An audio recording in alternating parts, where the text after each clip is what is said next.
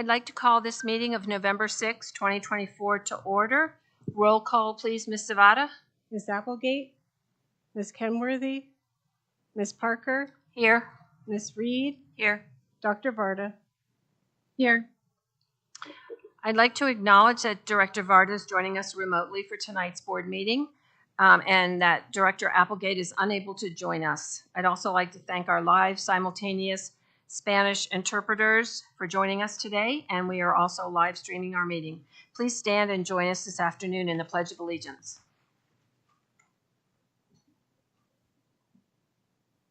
Pledge allegiance to the flag of the United States of America and to the republic for which it stands, one nation, under God, indivisible, with liberty and justice for all.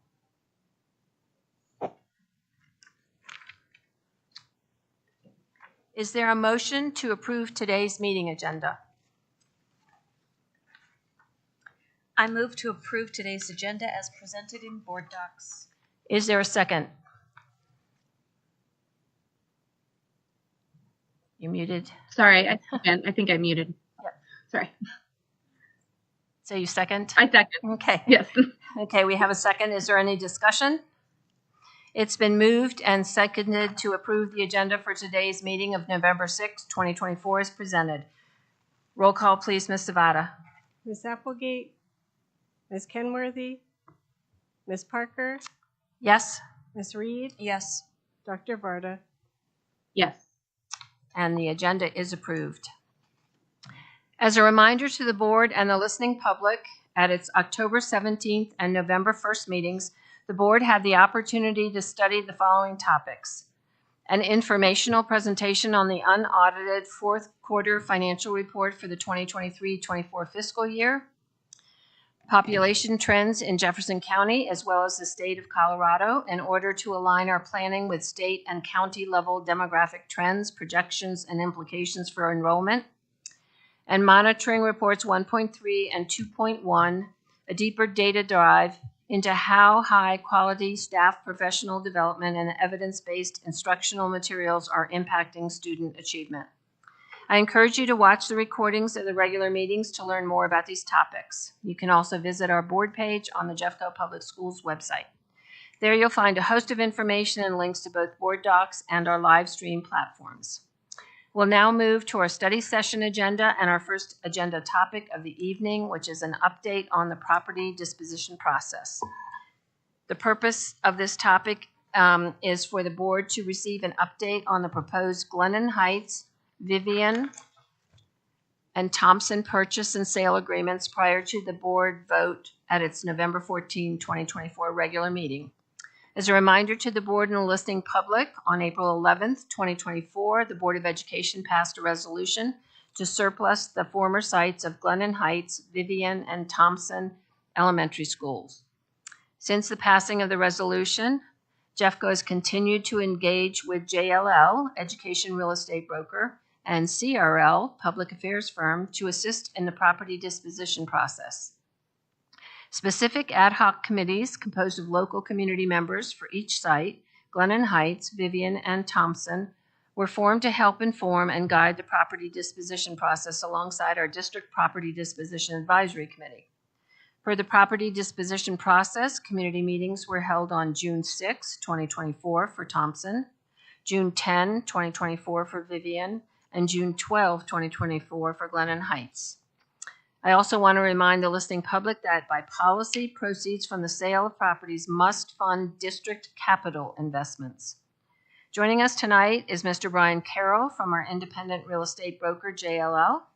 Before I hand this off to Mr. Gatlin, Superintendent Dorland, is there anything you'd like to add? Thank you, President Parker. Good evening, everyone. I want to thank Mr. Carroll for being here. You've been a great partner in the work, and we very much appreciate your expertise. It's been a long journey, but we appreciate your advice along the way, so thank you. I also do want to express a warm message of gratitude to the community members who served on our Property Disposition Advisory Committee, including those who were the ad hoc members and really brought, I believe, a great representation of the immediate community's interests and concerns as we worked through the process. So thank you very much to our community and members of our community who served in that role, being sense makers for us and helping us get to what I think are the best recommendations we could get to for our board to consider. And finally, I want to thank our Chief Operating Officer, Mr. Gatlin, and your team. Mr. Abadikian, I know, was a big part of this project as well. I feel strongly that our team, led by Mr. Gatlin, was collaborative, open, and transparent with our community. And I think that has built trust along the way. I'm hopeful that's the case. I know these are always difficult decisions and difficult processes to get through, but working closely with our communities, I know, was at the heart of the work that Mr. Gatlin led. So thank you to you and your team. Thank you, Mr. Abadikian. Really, we're anxious tonight for the board to study and get a sense of what would be in your materials for next week, so that we can prepare those materials, get them posted on Friday for next week's business meeting. So we're looking forward to hearing the conversation and just taking down some feedback from board. Thank you. Mr. Gatlin? Great. Thank you, Superintendent Dorland, President Parker. We are excited to talk to you about the progress that we've made to date on this round of property disposition, and want to go through really what we want to talk about tonight, this afternoon. Like Superintendent Dorland mentioned, we want to highlight and shout out our Property Disposition Advisory Committee and our ad hoc members, and also really highlight. I know the board is always interested in what are the interests, what are we hearing from our community. So we want to make sure we're highlighting that as well. Do a quick process review, and then I'm going to hand it over to Mr. Carroll, who will go through the 3 properties and really shine light on kind of what will be the highlights in the contracts that you will be approving next week. And so this is similar format to what we did with our first round of disposition with Allendale and Zerger. And so let's start with our Property Disposition Advisory Committee and ad hoc members. Our core members on the left are that core group that are part of every meeting that we have, and then we invite and welcome our ad hoc members that are specific to each of the different properties. And I really want to thank these members for all their time and commitment and dedication to this process. They spend hours and hours and hours working on, balancing our process and balancing representation of their communities. It's complicated work, it's complex, it's challenging, and they leaned in and took it very seriously. And they worked hard to represent the diverse views and feelings from their communities about the best possible outcome. A highlight of tonight is each of the recommendations that you're going to be receiving received unanimous support from each of our ad hoc committees and our core PDAC committee as well. And the result of having engaged with really this passionate and caring group of individuals is leading us to be better at what we do. And we're looking at implementing process refinements just based on the feedback, the dynamic in working with our ad hocs about ways that we can be more transparent in places, that we can be more open. And again, we can continue to do this better in future rounds. So a few key interests that emerged really, I would say unanimously across all of our ad hoc committees were, when we were looking at what could come in, what could be on this site of this school site, compatibility with the existing neighborhood, particularly around density and zoning, certainly alignment to the current lot sizes and zoning, and alignment to the existing housing type. That was a major priority and interest of all of our committees. A reuse or repurpose of the existing facility when feasible was preferred. And we're happy to share this evening that 2 of the 3 properties are reuse or repurpose proposals.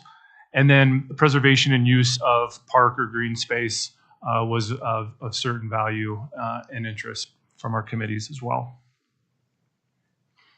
Just a process review. We've spent a lot of time looking at this chart, and we're in that bottom right kind of corner and encompassing kind of both contract process negotiations, which we're finalizing the contracts right now, and then the board will be voting on the final contracts next week. So there is one thing I want to point out before I hand it over to Mr. Carroll. We are going to be going through current contract highlights as they stand today. There is a slight chance that by the time everything's finalized, a few of those details could change for next week. And we'll make sure that in the consent agenda memo for next week that we're very explicit about saying this was a highlight that we presented to you at the study session, and here's how maybe it's changed in the final contract that you'll be approving. So we're really calling it out because it is a little bit of a work in progress, but we're really close. So with that, I'm going to turn it over to Mr. Carroll, who can go through our properties and ultimately his recommendation, JLL's recommendation, and just some of the highlights around the recommended proposal, and then also some of the proposals that weren't selected also. Thanks, Jeff. Before I start on the properties, I want to thank the advisory committees and obviously staff. I do a lot of this around the country, and whenever there's those kind of advisory committees like that, the responses we get are long. They're, 50, 60 pages sometimes. And we got several. There were 5, 6 of these responses. And we would have meetings in relatively short order, and they had all read them. They came prepared. They had met in advance and had their positions sort of worked out and discussed internally. And they were prepared to discuss it with us, which is extremely helpful. It actually very much helped us hit our timeline, because our timelines are, we do a Gantt chart before we even start with specific dates. So things have to kind of go well for us to hit all that all the time. And it really helps when you have committees like that are really committed. So they did a great job, and I want to thank them. First, let's talk about Glennon Heights. First slide here, we've got just sort of a reminder on where it is, how big it is, appraised value, those sorts of things. I won't talk too much about that because we've kind of covered that in previous sessions. I'll go right into our recommendation. And as Jeff said, I want to just remind everybody on this one in particular, as well as all of them, it was unanimous. There was sort of a clear favorite amongst the committee, JLL, and staff. So the last meeting we had with them was to sort of discuss our recommendations. They asked us to advance it as quickly as we could. So just for context, it was very much in agreement, and there was obviously a rigorous discussion, but again, in the end, everybody agreed. JLL recommends for the Glennon Heights property, Jacob Academy. Again, this is close to a no-brainer as exists. They offered the highest value. They have the shortest time to close. All of their proposal meets with all of the things that the community cared about: reuse, using the existing facility, sort of minimal disruption to the community, all those sorts of things. The other 2 bidders that we got on this site were home developers. There was going to be a lengthy entitlement process, demolition of the facility, construction that would likely disrupt neighbors, all those sorts of things. So there's a clear differentiation here. And I don't know, unless there's any questions, I think I can move on. This one was relatively straightforward.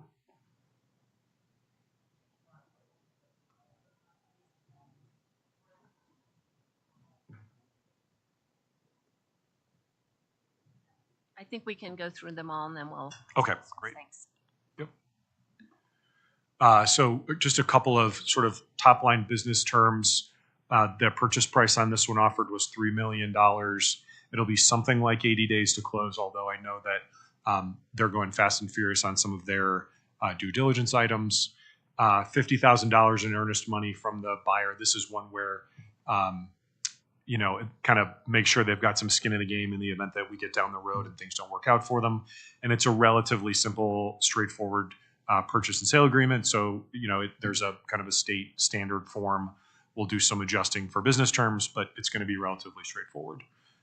You'll compare that to, and not to speak ill of the last deals that we did with Cardell, but they're going to be looking at 18, 24-month entitlement process, and they close after that. So 80 days is substantially faster, which is one of the reasons why you can see we prefer these reuse proposals, because they're lower risk, money comes in the door faster, et cetera. So Vivian is the next property. We'll talk a little bit about the bids that came in. I just want to note here, when we went through the pre-qualification process, we had recommended that 4 groups be shortlisted to that next group and then be able to provide offers. 2 of those groups on this property in particular, and then one of the groups was across all 3, met with the city of Lakewood and sort of heard out what they were looking for in terms of parkland dedication and some other sort of development process things, and pulled out. It's part of why we recommend 4 in this case, is because we basically view it as a necessity to have 2 at a minimum making financial offers. Because if you don't have 2, you don't have anywhere else to go if they're sort of unreasonable in terms of the terms that they're looking for. So it's good that we had 4, because we ended up with a minimum of 2, which is sort of what we're looking for. The kind of difficulties that they presented were sort of the challenges that were not baked into the appraisal. So we're a little bit under the appraised value, but this, like I said, these appraisals don't necessarily consider all of the development parameters that are actually on the ground when you meet with, these municipalities, whether they be water or sewer, roadway infrastructure, development density, those sorts of things. So in this case, we are recommending Carlson. Carlson Homes is, again, this one was also relatively simple. It was also very, very much unanimous.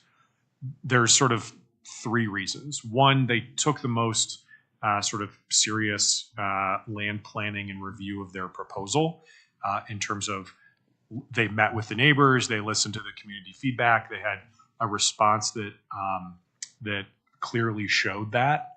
They also had the lowest density proposal, which is something that the neighbors really care about in terms of, if you can't get a reuse, if it is a home developer, they're looking for the fewest amount of homes. I don't say that's actually maybe not the way to phrase it. They're looking for lot sizes that sort of match with the neighborhood and exactly, what sort of surrounds the school district. So that kind of manifests as the lowest density, although that's sort of more of what they care about. So this is the lowest density. It's also the highest dollar amount proposal. So just sort of the confluence of those 3 things, between Cardell and Carlson, they're all going to march through the entitlement process as quickly as they can. They're sort of equally qualified. So it really comes down to, what are they proposing to build? What are they willing to pay you? And how does the neighborhood feel about it? So all of those things were favorable to Carlson. So that's why we recommended Carlson, which again was met with unanimous support from the committee. This is their financial proposal. You'll note when we do these these sort of home redevelopments, we like to tie it to on a lot basis, because if they are able to get additional density, we want the school district to be able to capitalize on that as well. So you're in it with them. We have laid out a minimum threshold. If they go below a certain number of lots, your purchase price does not go down. Again, they've got, you can compare the entitlement period here to the Jacob Academy reuse, and then the next one that we're going to recommend, which is a reuse. This is just sort of how long it's taking to get these kind of projects through entitlement process right now. There's not a whole lot we can do about how long that takes, other than get the dates into a contract, get some deposits in the door, and then hold their feet to the fire. And the last one, Thompson. Again, I won't spend too much time here on the facility itself. I'll just note $2.75 million appraised value. We're recommending Evoke Behavioral Health. Again, very, very similar to Jacob Academy in terms of the rationale. This is a reuse of the facility. It's a very short period of time between signing the purchase and sale agreement and close, assuming all of their due diligence and everything goes well. We like to recommend things in terms of the highest risk-adjusted value. And I've sort of made this very extreme analogy before. If somebody comes in and says they're going to build, the Sears Tower on the site, and I can pay you $100 million, well, that's never going to make it through entitlements. That's never going to make it through community support. So they can't pay you $100 million, right? So in this case, we believe that Evoke Behavioral Health was the highest risk-adjusted value because there was community support, very short period of time between purchase and sale contract execution and close, and very minimal risk, if any, to their ability to sort of get the things done that they need to get done to be able to close this. So that was sort of the financial rationale behind recommending Evoke Behavioral Health. And then again, we had unanimous community support at the committee level. So those are sort of our three recommendations, and I'm happy to. Both Thompson and Glennon Heights are in excess of the appraised value. And this another one is just relatively simple contract, short period to close, got some earnest money coming in to hold their feet to the fire, and they'll be off and running. So I will take questions. Thank you. Board members, do we have questions? I will start. Just going back property by property, just a couple questions on each of them. For the first property, the Glennon Heights, and the use by Jacob Academy, and that's for preschool. Does Jacob's Academy fit in? Are they part of the UPK that Colorado has? In other words, are they able to participate in the funding that the rest of Colorado gets? You want to speak to that? Yeah, Jacob Academy is an existing provider of early childhood and infant care with two existing locations in Lakewood, and they are UPK eligible. Okay. They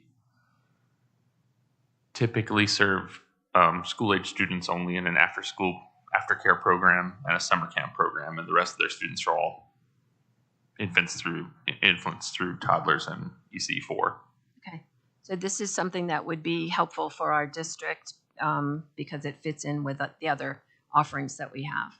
We believe so, correct. And after conversation with Jacob Academy's owner, she provided some data on their enrollment trends, and she believes that approximately 80% of their students matriculate to a neighborhood Jeffco public school in Lakewood. Superintendent Dorland, you look like you had something to say. I think it's been said. It's a preschool opportunity, mostly serving also infant, which we don't serve. And so they may serve some preschool students, but knowing that they also matriculate into our schools when they go into kindergarten is, I think, very positive all the way around. Thank you. Then going on down to the Vivian one, I'm interested in the difference between Carlson and Cardell Homes. With the 3-acre park open space option there or something, did Cardell Homes not consider that option or having any park space in it? It was a requirement that all the bidders consider there to be a 3-acre park on the site. Okay, so they both had that. And then for the Thompson site, for that behavioral health program, I think when I was reading some of the details, is it ASD type or is it larger than just the ASD community that it would support? I'd be happy to answer that. Perfect. So they primarily focus on ABA therapy, which is primarily tailored to support students with autism. However, they support students with a wide range of disabilities who have needs for ABA, 0 to age 18. And so do we see that this could be an added benefit for our district? This is a significant value add from Student Success's perspective, in that we already have a partnership with Evoke. They serve some of our students currently, and just given our current needs and needs around the metro area, this would be a great value to all school districts. Okay, great, thanks. Any other directors have questions, comments? Oh, Director Varda, I see your hand. I was just wondering, like for the preschool program, can we find out how many other preschool programs that serve our Jeffco kids are in that area? And is this creating, like, from what I understand, our preschool programs aren't all full. And I'm thinking about the fact that we closed schools because we had too many of a certain kind of programming in an area. And I'm curious, are we doing the same thing again by creating, I understand that there's an infant program there that we don't have, but just wondering, are we now causing the same problem that we, sorry, I can hear so much looking. So anyways, I was wondering if before our vote tomorrow, if we could get some data on kind of the demand and supply in that area so we can kind of understand that before putting in another new program. Yeah. Can you say more about closing schools due to similar programming? I just would like to better understand what you meant. We closed schools because we had too many of the same offering elementary schools in areas.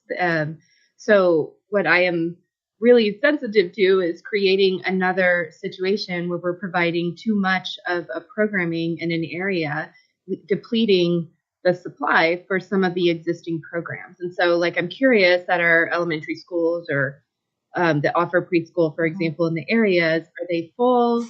What are they offering? How far is it? And are they going to be like thinking, okay, now there's another program so close to us. So just creating the same situation that we did when we put in all those elementary schools later, not having enough kids to send there.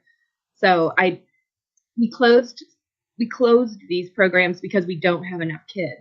So I just want to make sure that we're not just putting in another program in an area and then creating such a dilution in the program surrounding it. Yeah. So our preschool programs are a little different than our kinder through fifth grade programs in that we do ebb and flow locations based on facility condition and opportunity and also just need.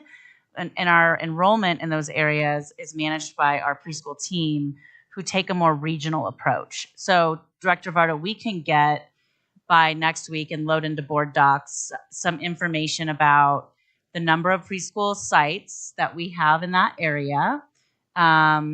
We can also talk to Jacob Academy and get from them their current 4- and 5-year-old enrollment. And then I believe, Mr. Gatlin, that this is a planned expansion for them. So they would serve more for 3- and 4-year-olds when they move in. But that just might mean that we then reduce the number of preschool classrooms that we have in that region, not necessarily leading to a closed school because we don't have, like, for example, in Arvada, we have a preschool center, but we don't have a preschool center in this part of town. But we'd be happy to give the board some information about the enrollment numbers in our preschool sites in that area, and also the Jacob Academy current enrollment and future projected enrollments. We can do that. The other thing I would say is our preschool enrollment is also different from our K-5, given that we leave seats open intentionally in various classrooms in order for our Child Find team to be able to identify special education needs in 3- and 4-year-old students over the course of the school year. And so, again, that makes it tricky because it then ebbs and flows in terms of how many students might be in a classroom between even October and like February. So we can get you those numbers and make sure that we also follow up with Jacob Academy on the numbers as well. I would encourage the board, even with that data, to consider the unanimous agreement with this recommendation from the Property Advisory Committee and the community in the surrounding area that lives around this Glennon Heights. So one thing I just want to be clear, I wasn't saying that this would potentially close a school. I was just saying it's a similar problem of creating too much programming in an area. So what I'd be interested in is the number of existing preschool programs and seats and how many of those are already filled. So how many do we already have that are empty? I understand you're saying there's some intentionally empty, but from what I understand, and I know that we put preschool programs in some of the schools after after the whole closing process, often hoping that would be a pipeline for some of our neighborhood schools for how those kids might go in there. Are you saying, Superintendent Dorland, that this academy already has a location in this area and they're just looking to expand? Yes, I think that's an important point. This school exists already in a nearby facility. So they would be moving into this building, and transparently, there is an expansion planned, but we can get some more information for the board and put that in there. And honestly, our preschool expansion actually had less to do with school closures and more to do with the state's UPK program, which did allow us to expand our preschool locations and serve many more preschool students, which we're very proud to do. And I think we're also happy to share in that service model with other providers like Head Start and private providers in our community, especially given that many of the families in our community for their 3 and 4-year-olds need more than, say, 8 to 2:30 care. They need before that, and they might need after that, especially for our working families, which a program like this provides. And that's really the only option for many of our families is a private option because of that working schedule for their family. So in that sense, it is similar, but also a different opportunity and program for the families who take advantage of it. Okay, I just like that data before moving forward. And I see your board colleagues shaking their heads, so I assume there's a board. Generally speaking, the board would appreciate those enrollment numbers and that information. So we'll make sure and get that into board docs for next week. I'm looking at a map on my phone and just want to clarify that the schools that are closest to that, it doesn't look like Dave is in here, but it looks like it's Foothills, Kiffin Elementary, Denison, Belmar Elementary. Is that accurate? So those would be the schools that we're looking at to see specifically what their preschool programs look like. I'm trying to name the schools out loud. Yeah, I should have, some of those are in my my district and I'm still learning, but it would be great to have concrete information for the whole board to know about the elementary schools that are surrounding in that geographic area. If I remember right, Foothills is Stepped Begills.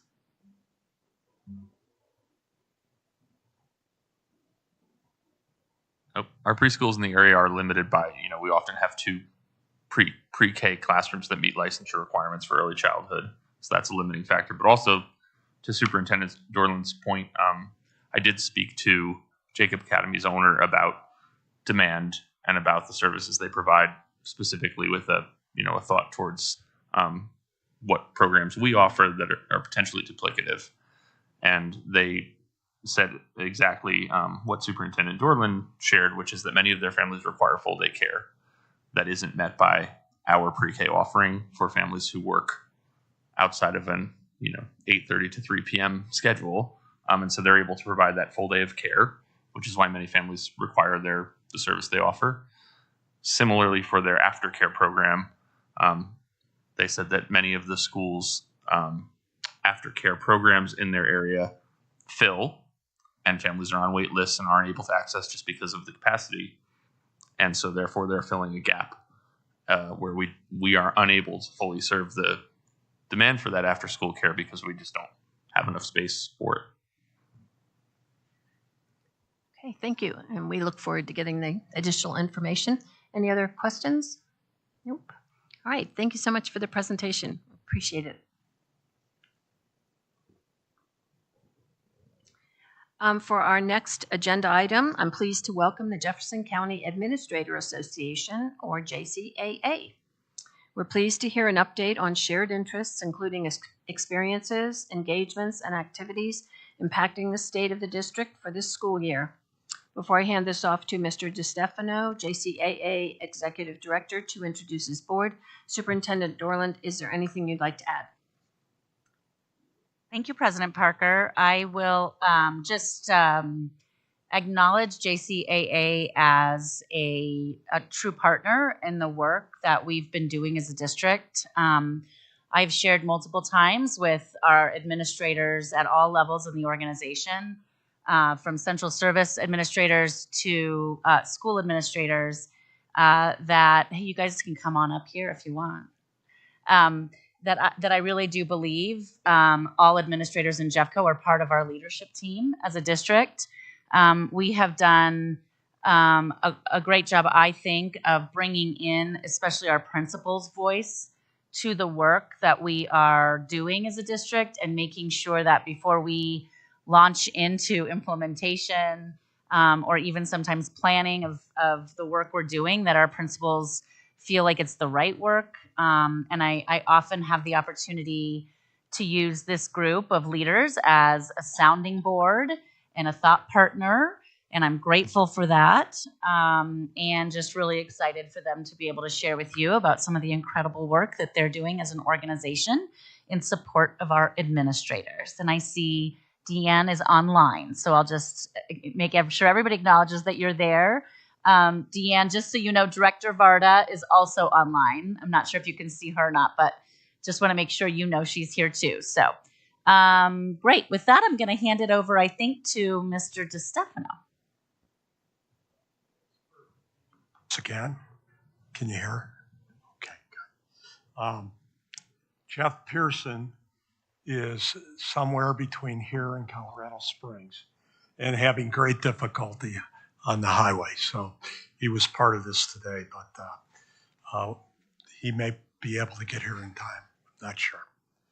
But let's begin with introductions. And first, thank you for having us. Our president, Shannon. Hi, I'm Shannon Vigil. I'm the principal of Bear Creek High School and the president of JCAA. I'm Michelle DeAndrea Austin. I'm the principal of Bell Middle School and the past president of JCAA. Good evening. Mike Freeman, one of the community superintendents, Columbine area, as well as options, as well as a board member of JCAA. And I am Deanne Hoffman, principal at Hutchinson Elementary, and I am president-elect. And I just want to thank you for giving me the opportunity to be online. I have a virtual SAC meeting right after this, so it's helpful to just be online tonight. So thank you for giving me that opportunity. We have a brief presentation of some items, and then we will open it for questions. But we always enjoy our talk on kind of the state of the district, and we feel good about it. But go ahead, Shannon. So I know most of you pretty well, and the first thing I just wanted to say is thank you for having us, and really that I feel like we've come a long way in the last several years. Prior to that, it felt like a pretty bumpy road in Jeffco with a lot of different leadership, different initiatives, different directives, and I just really think we as an organization wanted to applaud the consistency that has existed these last few years. We've had a clear, stable direction. We've had very transparent and honest leadership that has gotten us through some very difficult times. And that's from both you and from Superintendent Dorland. Like, that has been so valuable to us as building leaders. She obviously has a vested interest in her own children, but we really value the interest that Tracy has shown in all Jeffco students and really shifting the work back towards good instruction and a focus on students. And I think I speak on behalf of all the building principals in saying that has just felt tremendously valuable to stabilizing our work. She's provided stability, a common sense approach, and just created system coherence that, not due to anyone's fault, but just because there were so many transitions in the prior years. I mean, what we have 6 superintendents in 5 years, something like that. I don't remember. It was rough going. And you guys as quality board members really taking that vested interest, coming to our schools, doing the school visits, really working with all of our organizations. It's just made it such a better place to be a Jeffco employee. And I say that with this being my 30th year in Jeffco. So we really appreciate that. We think it's been one of the key reasons we've had a decline in administrative turnover. And we've had an increase in just camaraderie amongst administrators as we share a systemic and cohesive vision. And Tracy's leadership is really to applaud that. And it's a lot of work because we're a lot of different people in different schools with different needs. But I do feel like there's a lot more system coherence and a common sense approach to educating children that's well researched and well thought. So I just applaud her on that. And this school year has been off to an excellent start. I know we're really excited about the high school reimagined work and just about the focus on solid quality instruction. I know our students are going to benefit from that consistency.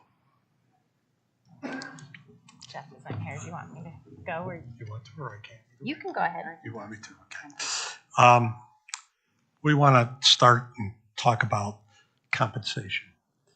And we want you to know that we feel the district has been very fair with its employees and in particular with us, our administrators.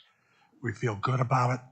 I think for the first time in many years, we've had some consistent, significant increases to the best capacity the district could do. And it's been good. We also want to be very clear that we're very, very aware of the importance for a district to be financially sustainable, and that the kind of revenues we have received in the past, we may not be able to get to those levels in the future. But we understand that, and we know that that's your primary responsibility with our community, and we support that. And you have always been fair with us as administrators, and we appreciate it. One of the neat things that has happened to us is a transition benefit when our people are going to retire. And we call it the 110 transition benefit. And that is when a person's gets to take a transition year at the end of their service, it's their, and what they do is they have an additional year where they can work 110 days in each of the 2 semesters and receive, while they're doing that, paid for by para, their retirement. And it's a tremendous benefit for our people. We started it last year, and it has been something as an organization we have been after for 8 years. And we appreciate our superintendent and the board supporting us in going forward with that. And it has been very beneficial and well received by our people. So thank you for that. It's a big deal, and it makes our people feel valued. Also, we'd like to talk a little bit about our work with our compensation committee. And we know that there are some huge changes coming by necessity in how compensation is done in different categories. And we have a very good relationship with the people, of course, on our committee, but also our district partners in that. And we feel that Amanda Perazio has jumped right into that and is really an outstanding leader in not only that, but in HR. So I guess the biggest thing we wanted to say is that we've got a changing workplace. We understand the need for financial sustainability, and we support the district 100% on that. And Anybody like to add anything else on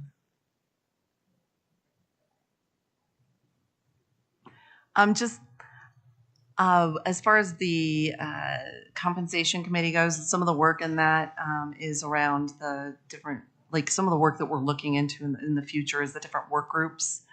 It's a wicked web to try and unravel. So compensation across the board has been a huge improvement, and I'm just echoing what John said with regards to the pay raises have been much appreciated, and we also know that there's sustainability for the future that we need to take into consideration. We also are eager to be the sense makers for some of that as needed. And then, the work of the compensation committee now is really to work around those different work groups and the disparities in some of the pay. But it's going to be a long process, and we recognize that too. We're trying to be sense makers around that too. The other piece, I just wanted to mention about the something that Shannon said. It has been, Tracy's leadership has been invaluable, and it has been it's been the biggest difference we've had here in 10 years probably. So but it's also her ability to hire good people and have really good upper leadership folks as well. District, like the upper leadership positions have been very supportive of schools and put the focus back on the students and learning. And so it's a team effort. I think that Tracy has done a nice job of not just hiring good quality people, but also being able to keep them in their positions as well. So those are my only additional pieces that I wanted to add. Okay. We feel like we're in an era of real district stability. It's the most stable we feel the district has been in a very long time. Long before you guys were here as school board members. I think you were here in other positions. But one of the big things in the stability of district, I think we feel strongest about it, and it's best clarified by how our focus on instruction is much better than it has ever been. And maybe you could start on that, Michelle? Sure. So when we talk about kind of the evolution of the focus on instruction that has occurred in the last, in 5 years, this is your 5th year, is that correct? Okay. So, it takes some time to get there, but it's really been in the last 2 to 3 years and it's really got momentum going at this point as far as the focus on instruction goes. So just some of the things that is making a big difference in schools.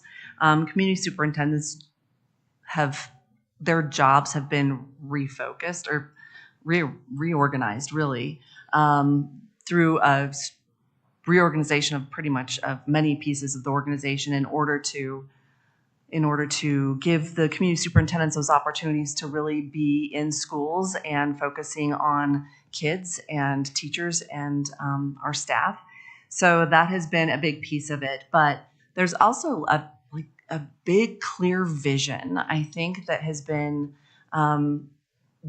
created, and we know about it. Like, it's transparent, and I know that that's not just the work of district leadership, but it's also the work of the board. The high school reimagined. I'm a middle school principal, so that's now trickling down into the magic of middle school. But it's aligned, and that I think is. I don't know if we've ever done that ever. I'm also like Shannon. I graduated from Wheat Ridge High School. I went to Wilmore Davis Elementary, so I've been around for a while, and an employee of Jeffco for 28 years. But we've never had that kind of alignment. And it's also innovative. So there's the innovation that's happening It's truly reimagining what schools should look like and how we can genuinely prepare our kids for the future that they're going to be walking into. And I have adult children now, and I have a little experience in that. The research-based systemic practices that are driven by data. I would say if I was to put one sentence together about what is impacting instruction and how we're going about it as a district, it is research-based instructional practices that are driven by data, which has been facilitated by the dashboard that we're all getting to know and love. And it's evolving, and as I'm sure it will forever, and getting better and better by the day. The other piece that those are the pieces that I think I would highlight the most. I think the adoption of resources that have come down at the elementary level, and they're starting to, and math at all levels. I think we're looking into a literacy piece that's going to be coming down the road that are actually being piloted right now at the middle school. Those are all pieces that are really putting a laser focus on instruction and giving us those systemic practices and those systemic pieces that I think are going to make a big difference. We're starting to see already, but I think we're going to see more and more as time goes on. Well, and then another piece on instruction, I think Deanne can tell us about the impact that one of the changes you guys approved has made. Deanne? Yes, thank you. When John asked me what, I wanted to add to this meeting tonight, the first thing that popped into my head, because it's been so impactful, is the addition of APs for center-based schools. And I, being a principal at a center-based school for 6 years, I just want to thank the board and district leadership for recognizing the need for elementary schools with center programs to have an AP. And it's been a game changer for me to be able to focus on what we know is the most important thing, which is instruction. Before I had an AP, it was virtually impossible for me to be in classrooms without having some sort of crisis or some sort of something come up that would pull me away from where I really truly wanted to be. And that was in classrooms, giving, my teachers feedback, and observing good instruction. And I would get pulled away often. And so last year I had an AP, which was actually through a grant that Dave and Tracy and district leadership had put together. And I was able to have an AP last year. And you only really have to look at our data from the year before, the SPF the year before to last year's SPF. We went up over about 20 points, which was amazing growth. And it was because we were able to focus on the main thing, which is instruction.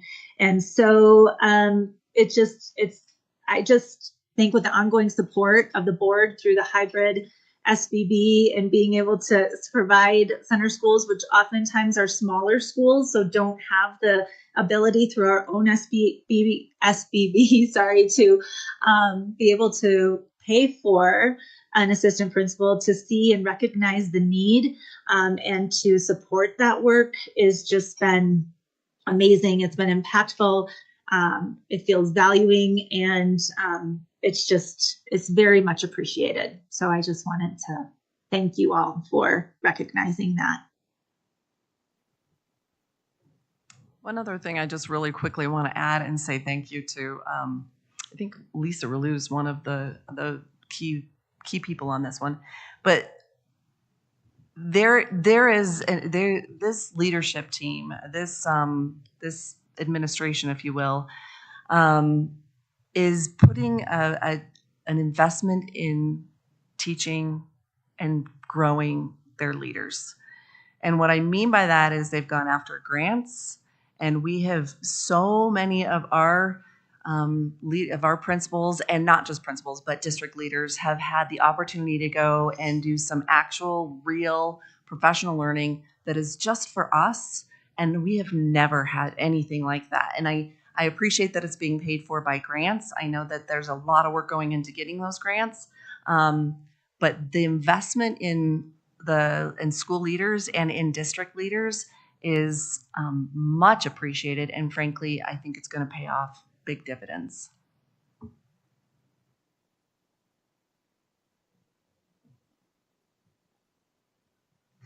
There we go. The other thing we wanted to update you guys on is the formation of collaborative work groups. We currently have a collaborative work group with human resources, and that is proving again to sort of reap benefits for building administration as well as administrators that head departments. Obviously, there's been a lot of hiring taking place as we try to find bus drivers and campus security, and as we try to get paras and teachers and assistant principals and all the roles that our schools need in order for schools to be successful. And this collaborative work group is trying to close some of those communication gaps or learning gaps that have occurred as we've hired new administrators. The processes of HR haven't always been clear. Like, what do we need to do to get this done? What do we need to do to get that done? And how do we train our people in all of the processes and procedures?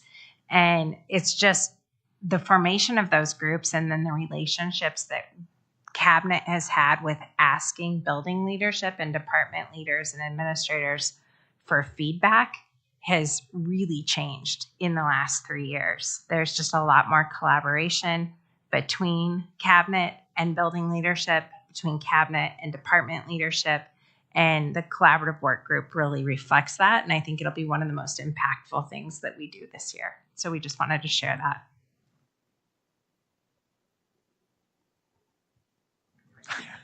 Thank you, Mike. I think also it's important to note that Amanda Pirazio and her team have made an unbelievable immediate impact on our concerns and addressing them right away. So we're really happy with that. And HR has had a lot of changes. But we wanted Mike to focus on really the changing role of community soups and our focus on instruction. So, Mikey. You got it. Happy to lend my perspective. First off, I want to start by reiterating a couple points that have been made, and that is, Michelle, you just made the point of the investment into our leadership. So I think Tracy has been really clear that her leaders matter, and investing them in terms of their self-development, their training, as well as providing the systems and structures around our principals and community superintendents that allow us to focus on instructional excellence, on the major improvement strategies of the district and of schools. And so as I think about if we're going to develop coherence and consistency across our buildings, across our classrooms, and we're going to ask our principals and community superintendents to be instructional leaders, as Deanne talked about, you have to have those systems and structures in place and high quality people and departments around them supporting them. So as I think about our TSST, our thriving school support teams, and what Tracy has really empowered community superintendents with teams of people, from our HR partners to our budget analysts to our assistant sped directors, the first team, where those folks are experts in what they do and can help our principals and our community superintendents focus on instruction.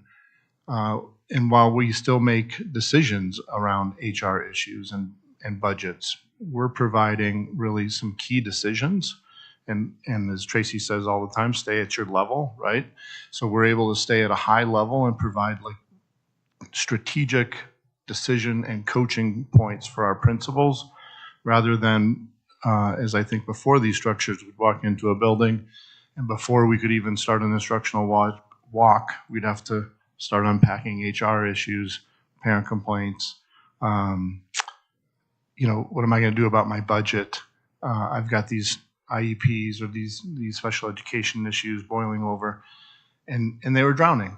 And I think like these supports, I think what I hear from my principals is they've never felt more supported by these systems and structures. Just as I think about the budget analyst, for example, I'll be walking into school. Miles, my budget analyst, will be walking out. We high five each other as we pass. And my principal feels squared away. They feel equipped to develop their budget, to manage their budget. They know where their budget is.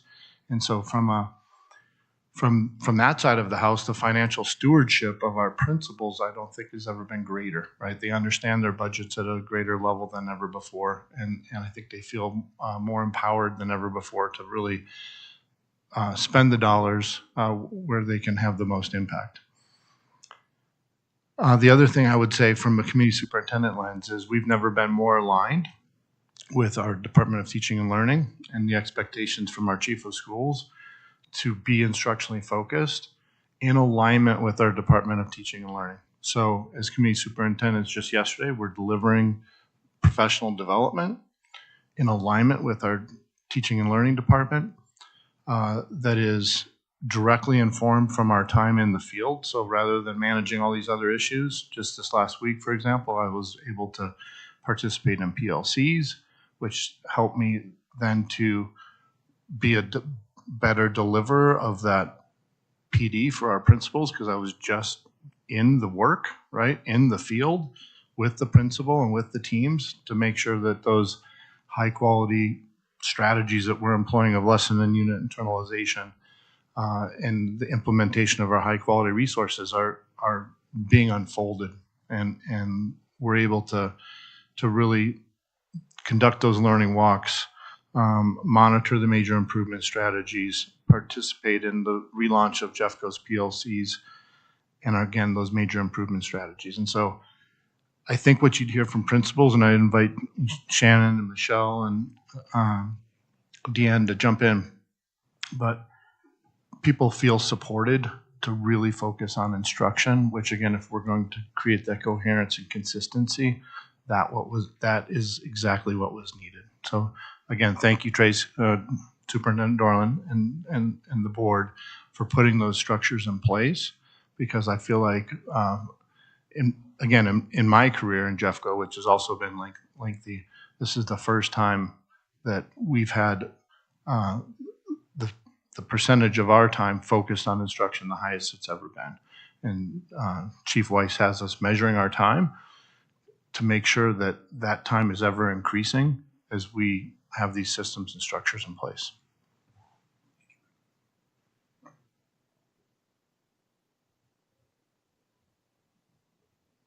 Thank you.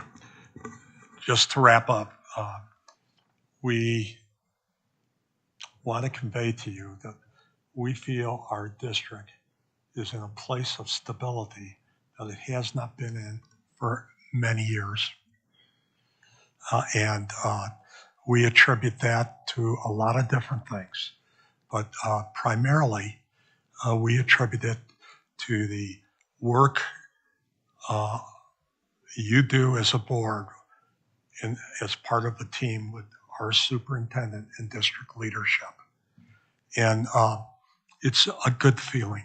It's nice to be, after a long string of years where we have not felt stable, to be in a place where we're focusing on the right work and really getting things done. And I think we have an outstanding group of leaders. We do have an ask, and I guess I'm making this ask on our behalf, but we feel this way. We know what the key factors are. As I've said, it's our school board members and our superintendent and school leadership. We ask you, and I don't know how this is going to hit you all, and Danielle and Paula and Mary in particular, but I'm hoping you're listening too, Aaron. Our expectation is that in order to have a good school district, you need quality school board members, and they're hard to come by. And you guys have done an outstanding job. The other thing you need is you need that continuity in the highest position, the superintendent, because keeping that team functional and together is so important. And I just hope you do the good work in terms of ensuring that our district is future. And I know I've contacted a number of you a number of times about running again, and I will be doing that soon again too. But we want to thank you. You've done great work for our district. So proud of you. Questions? Thank you. Directors, do we have any questions? Okay, go ahead. Thanks for being here. Yeah, good to see you all. Really enjoyed your beginning of the year and end of the year rituals as a group, the leadership lunch and the brunch. It's been really fascinating to see the collaboration and community that exists amongst our admin team here in Jeffco. It's really heartening to see.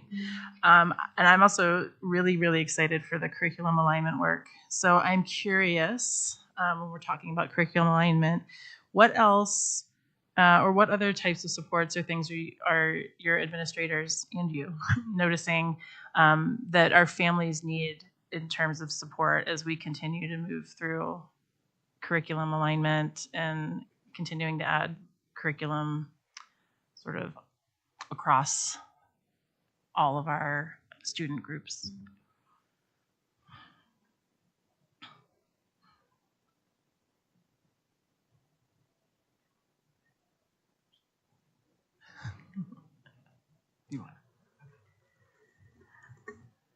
I think it's going to be different depending on the level of leadership that you are in. And so when we're talking about like the high school and what support do we need, I think the high school needs support as we transition into high school reimagined. We need support at explaining what that means to our communities and then how we can get kids the resources they need and also do it under a tighter budget considerations that we know we're going to be facing. So we just need to navigate those challenges together at the high school level. To a large extent, high school curriculum is pretty tight anyways, because we have all the standards that we have to follow. We have AP courses, we have concurrent enrollment courses at every school, and those are really dictated by higher organizations.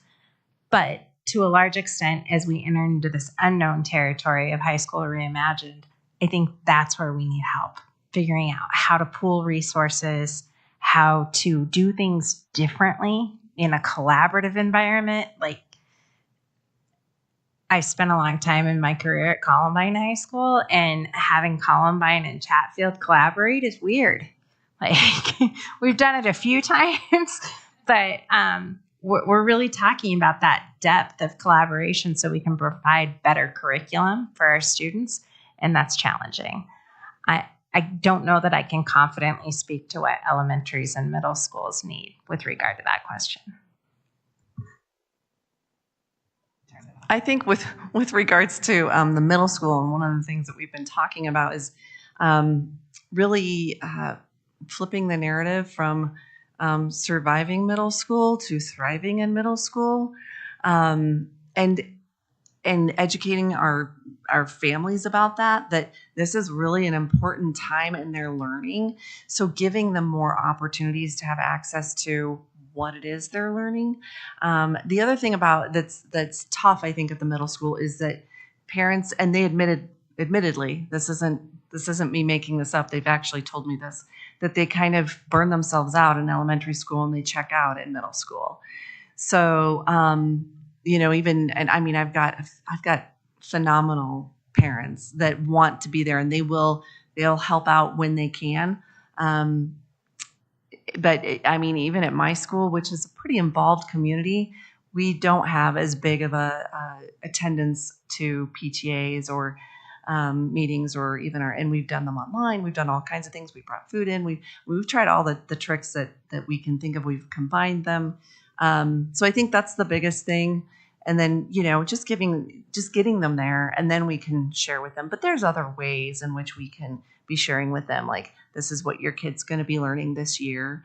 You don't have to necessarily be there. So I think just thinking that through as we go through the magic of middle school, which we're just getting started on. So I think that's pretty much going to be the focus for us.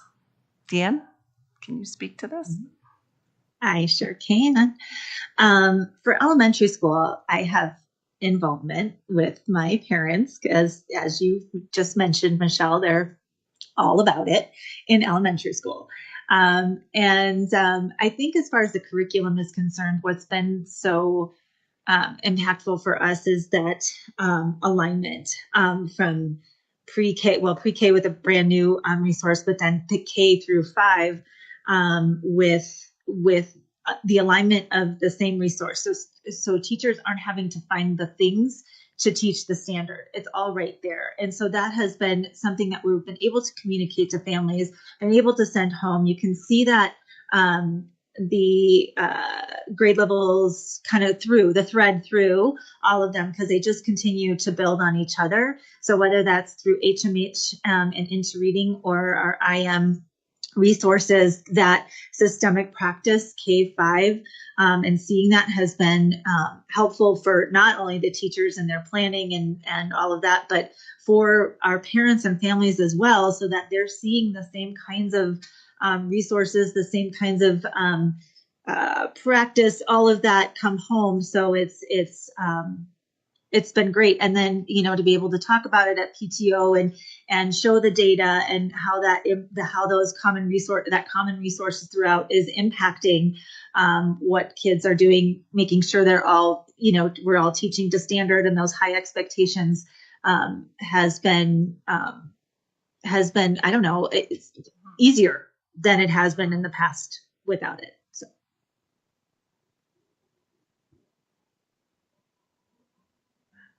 Thank you. Other questions, directors? Dr. Vaughter? Hi. I wish I was there in the room to say hi to you all personally. So I have Deanne here to look at.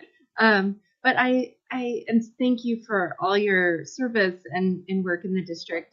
Deanne, you had mentioned the addition of the AP for the center program schools. And I just want to say I wholeheartedly believe that that's what our district should be doing.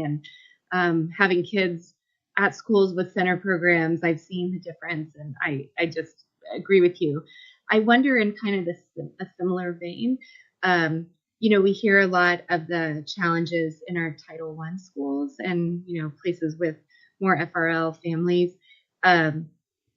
Last week I was at an Arvada meeting, so Ms. Behill, I know that you've been there and working with those families. And I just wonder, how can we support our principals in a similar way that we've been able to support schools with center programs? What kinds of supports would you ask for or hope for in our Title I schools, especially so we can start to really see change in our big academic gaps that we see every single year in all of our reports?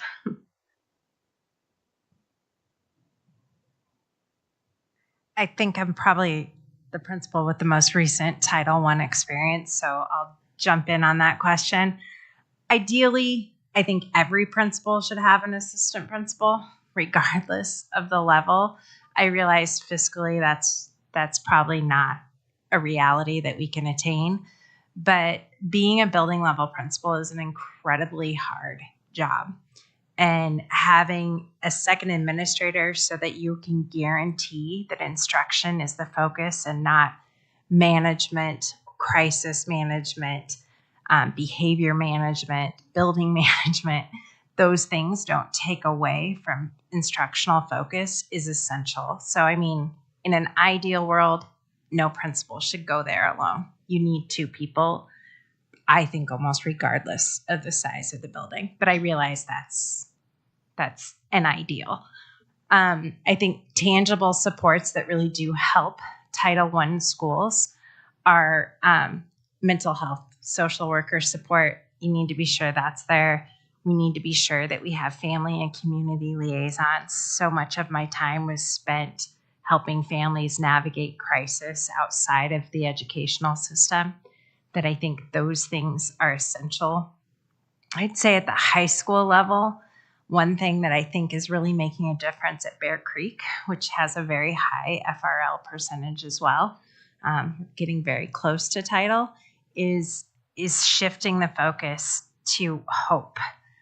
So many times in title communities, they don't feel there's a lot of hope for a future, and the education, they're not always sure that education is what will give them the opportunities that they want in their future. And so having career hub specialists, having career counselors, having a curriculum like High School Reimagined that can help make learning more relevant to real world success. I think those are essential things that high school leaders would need at title schools. But again, I think more administration, more mental health, family community liaisons, those are essential supports for your title schools.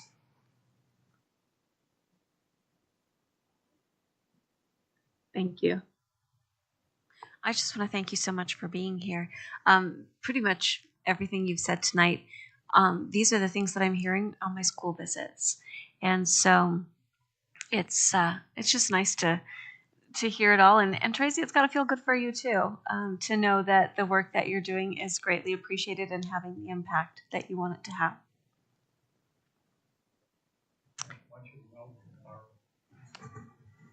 I hear so much from our principals on the school walks that you have, and about board members being in their schools. It makes a huge difference to them. I think you as a group have really connected with our people, and it makes a huge difference to them. I thank all of you for that. It's more significant than you know. Thank you. I just have one question about the collaborative work groups that you were talking about. How are they created, and who comes together to be a work group? So I guess they're just sort of organically developed. At our monthly meeting, several administrators from different schools and different departments sort of elevated concerns about just processes they wanted clarity on. And we approached Amanda in her new role at HR and just said, hey, could we engage in this process? And she very willingly and openly was like, that's a great idea, so that we can have boots on the ground, sort of telling central administration about the needs that we have and how to have better increased communication around those needs. So I'd say it was just a very organic development of that collaborative work group, and we're very glad it's there. But I'd say it's mostly through Amanda's willingness. Can you give me an example of one, like one that you're a part of? Yeah, so our human resources collaborative work group, one of the things that came up was just like around the training of principals to actually work with HR. While I've been in administration a while now, some of our newer principals were asking, like, how do we do this? How do we hire? How do we put an employee on an improvement plan? How do we do these various steps that do involve your HR partner? And we just wanted to make sure that all principals sort of had the tools to complete those steps at their job. And that's why the group formed. And the members of the group you're referring to, how many and where from? So how many members do we have in JCAA? Several hundred. Oh, yeah. You're talking about on the committee.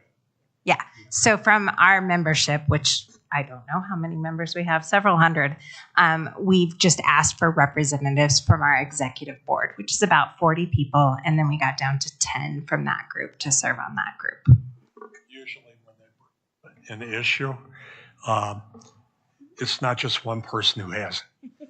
It's like there's 10 people saying, oh, yeah. And, you know, it's almost like a competition.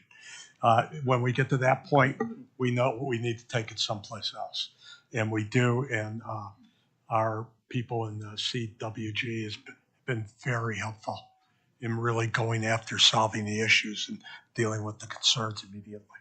So it's been a good thing. I would add to that, how do we, as central leaders and systems and structures, serve our leaders and our educators better, right, in service of schools? And so that's the outcome that we're trying to reach.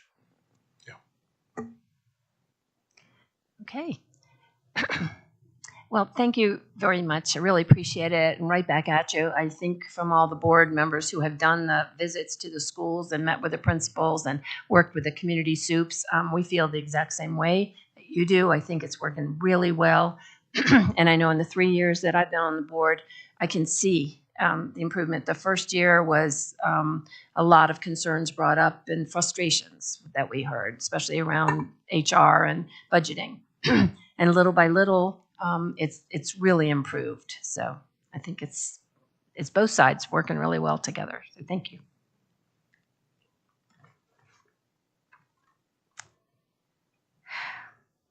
Okay, just so you know, we have one more presentation we're going to have right now, and then we will take a 5-minute break. So for our next topic this evening, the board will have the opportunity to engage in discussion with our Financial Advisory Committee, or the FAC, about the financial well-being of the districts.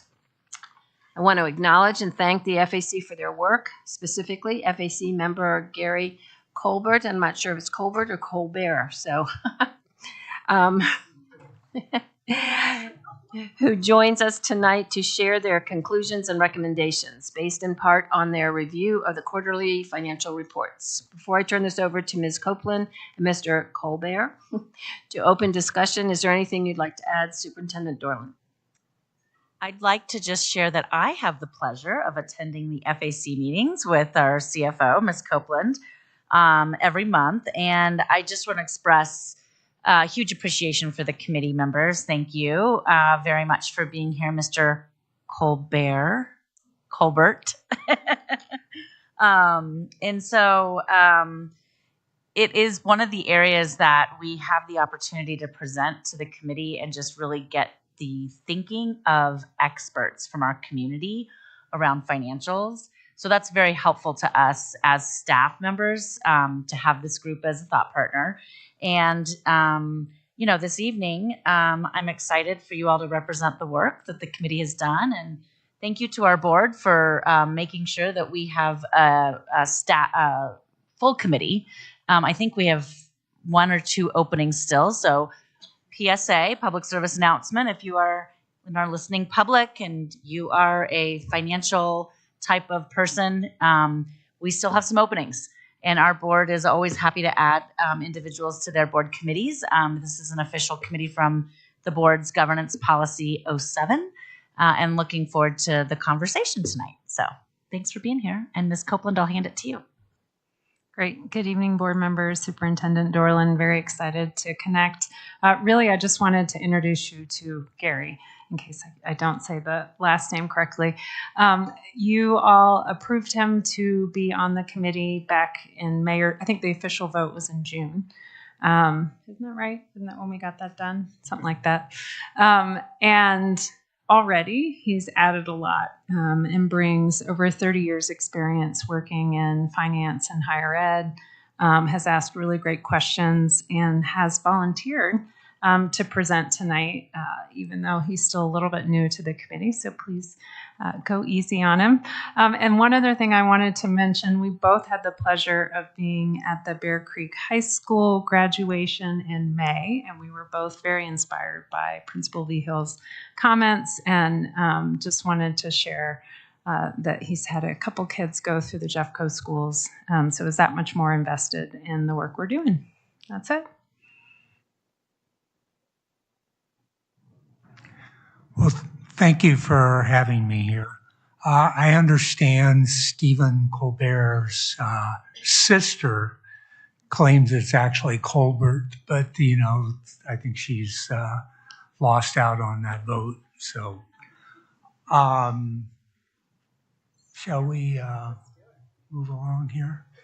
So with respect to conclusions, my version of this is what we've observed, to take it apart from recommendations that follow. Early on in my amazingly brief tenure, we did talk about the fund consolidation, which I believe the board's probably quite familiar with. And in my view, I think the committee's view, this approach is much cleaner in presentation. It does not require the level of complexity and therefore simplifies the accounting process and presentation. Another conclusion was related to the budgeting philosophy, where we could observe that expenses were higher in several instances than the budget, but closely aligned and generally under appropriations. My interpretation of that was that, first of all, budgets are have their place, but they're also inherently limited. They're immediately obsolete, right? And if there's one thing we know, that the budgets are going to be wrong, right? You never come in on budget. Something's wrong if that's happened, or should be questioned. But my interpretation of this is that of a healthy relationship between the district staff and the board around expenditures and appropriations. That is, in the end, the board is seeing what does need to be appropriated to align with the expenditures that the district feels compelled to make. Most importantly, I wanted to talk about the imbalance of revenues and expenses. And this bullet references future revenues and expenses, but it's my, again, brief impression that that this is a historical question as well.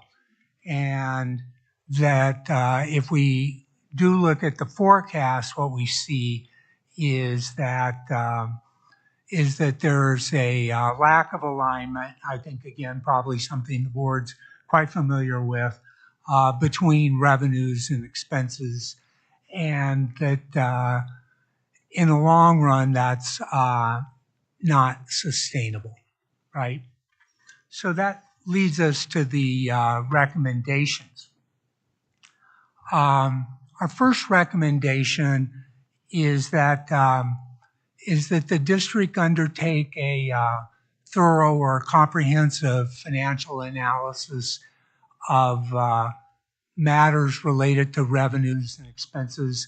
This can be done, for example, by looking at key metrics or ratios, etc.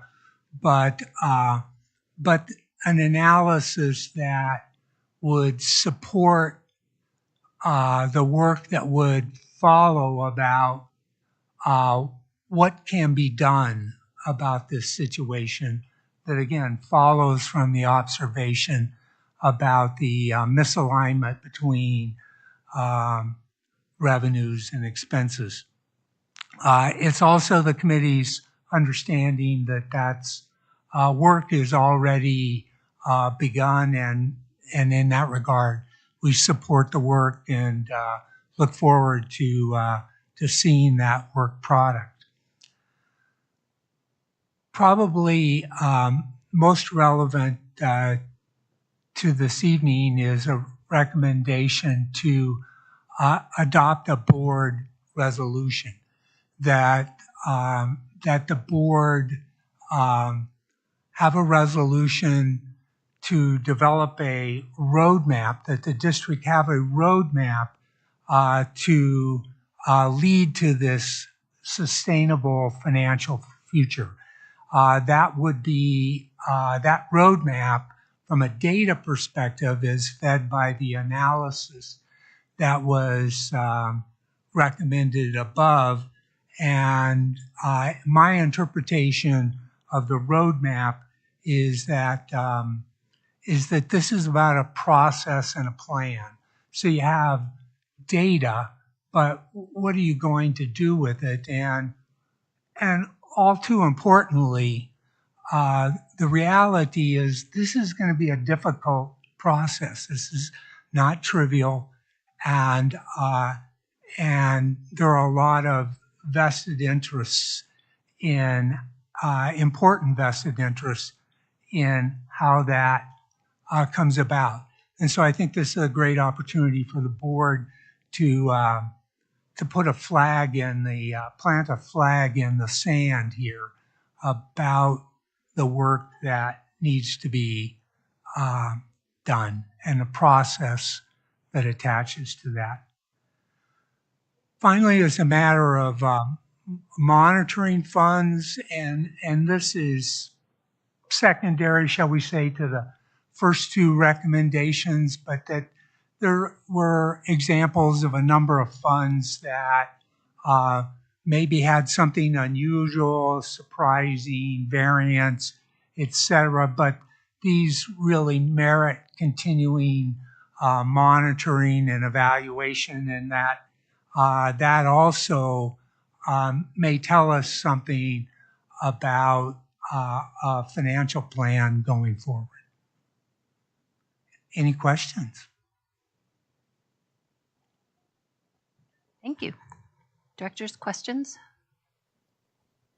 Director Kenworthy?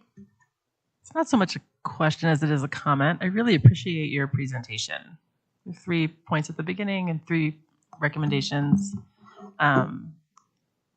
This is an excellent summary and very usable with folks who might not be as familiar as our FAC and our board and district staff are with how the school budgeting process works. This is excellent and incredibly usable. So thank you very much. Well, thank Brenna for keeping us in line. How's that? I have a question on the first recommendation too, that the district engage in the work to conduct thorough analysis on key metrics. Do we know what key metrics we are thinking of looking at, or do they need to be defined before we can analyze them? I'll defer that question to Brenna because we didn't get to that point. There was some very general discussion about the idea of metrics. So I would say back in the spring, the FAC brought forward a recommendation around really thinking through per student expenses and per student revenue and benchmarking those to some other districts. And I think if we go one layer deeper and say what's driving a per student expense figure, we need to look at just what we alluded to, staffing ratios. What are we staffing? What positions are we staffing? How many staff do we have per student? How many central staff do we have per school site? You know, there's all these different ways to look at a ratio and figure out whether we're in balance. And so beyond just the numbers, because sometimes even if the numbers themselves look different, the underlying ratios might be very similar, in which case, you know, maybe we're like other people. But if there's a place where our ratios, our service ratios, or staffing ratios look really different, then that's kind of an outlier. And so is that reflective of a specific priority of the district? You know, who knows? But it's worth just doing the analysis to identify that as a starting point for data and information. And do you foresee this being also compared to other districts, getting data from them to see how we compare with other districts? Yes, 100%.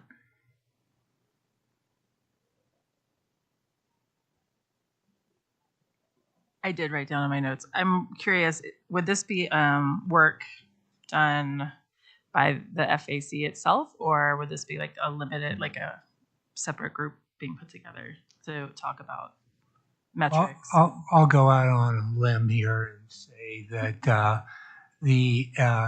my impression of the FAC is that we have an abbreviated amount of time to work with, and we also don't have the same access to the data and intimate familiarity and experience to work with that. And so what I envision happening is that Brennan and her staff will bring this, and the superintendent's staff will bring this to the FAC for our consideration.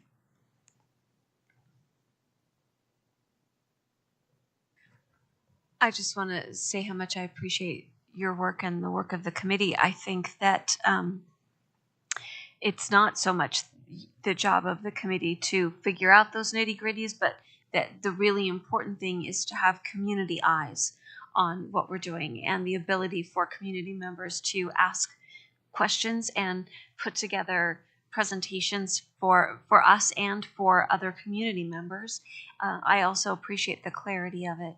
So I appreciate you guys being the ones that are that community set of eyes.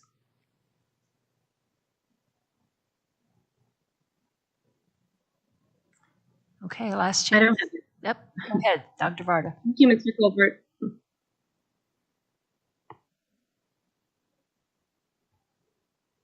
I'm sorry, did you have anything more?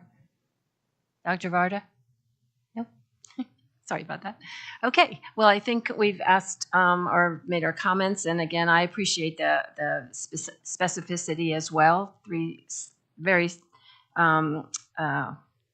distinct recommendations that we can monitor ourselves on too, to make sure that they happen. So thank you so much. I'd also like to mention that I've appreciated seeing board members and the superintendent at these meetings, and that there's been an additional element of contribution and conversation because of that. Thanks. Thank you. Right back at you.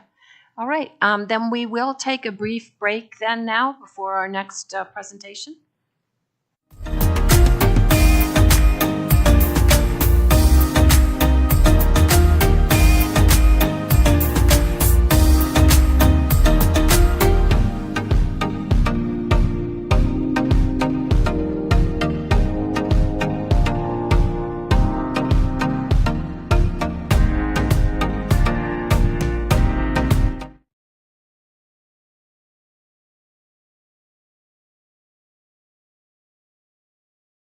Hi, I'm Mary Parker, a proud Jeffco school board member. Do you ever wonder what a school board does? We're a group of elected volunteers who help set the direction for our district. From shaping policies to approving budgets, we ensure that every student in our community has access to a quality education. It's our job to listen to families, students, and educators to make informed decisions that benefit everyone in our school community. For more information about the work of our board, including our meeting schedule and how to connect with us, please visit jeffcopublicschools.org/board.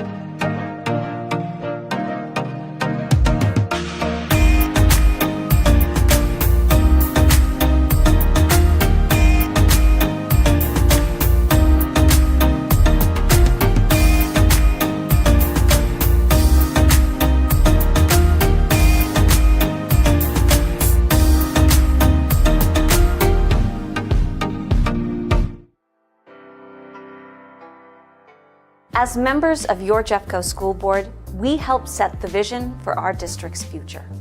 We work closely with Superintendent Dorland and her staff to ensure that our goals align with our community values and the needs of our students. Whether it's improving academic achievement or enhancing school safety, we're committed to Jeffco's mission of providing a world-class education that prepares all Jeffco students for bright and successful futures as local and global citizens.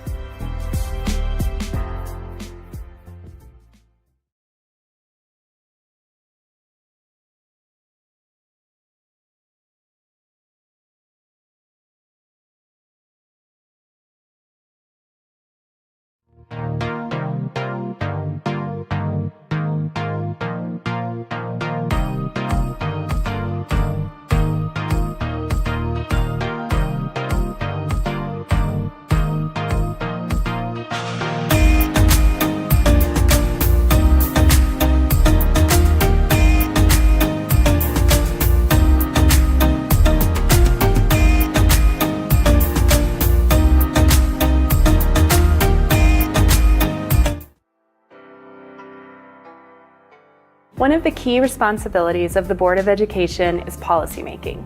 We create and adopt policies that shape how our schools operate, everything from curriculum decisions to policies that ensure every student feels a sense of belonging.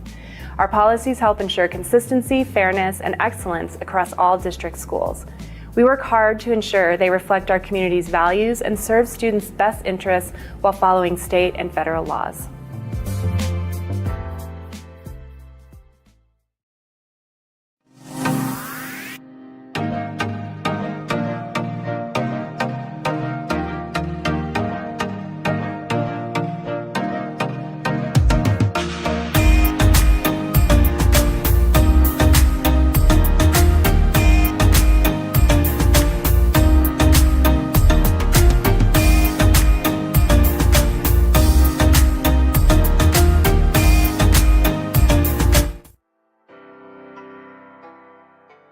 Community engagement is at the heart of what we do. As a school board, we represent the voices of Jeffco families, students, and all of our community members. We hold public meetings, we listen to concerns, and we encourage everyone to share their thoughts and opinions about the district. Your feedback helps us to make better decisions for our schools and shape our district's future.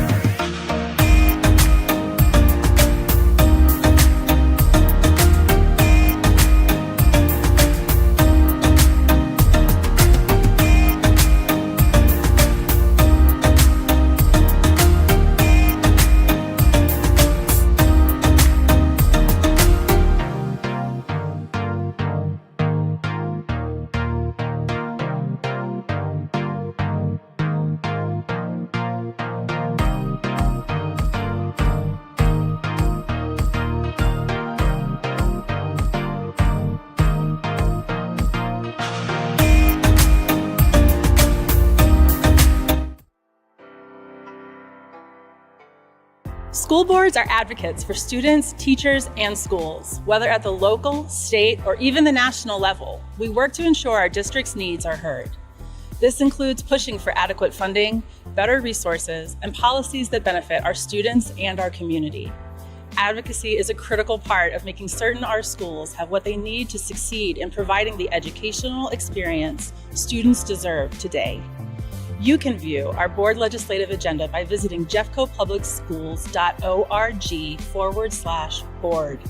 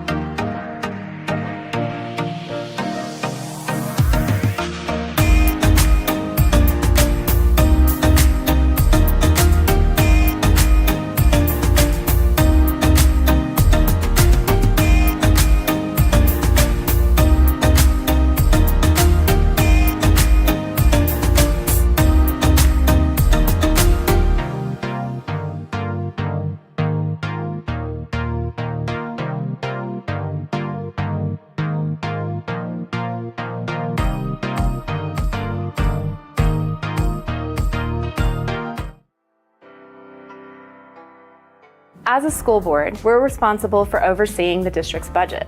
Every dollar matters when it comes to providing the best education possible.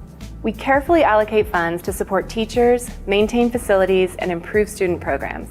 It's our job to ensure financial transparency and accountability while balancing the needs of students, staff, and taxpayers.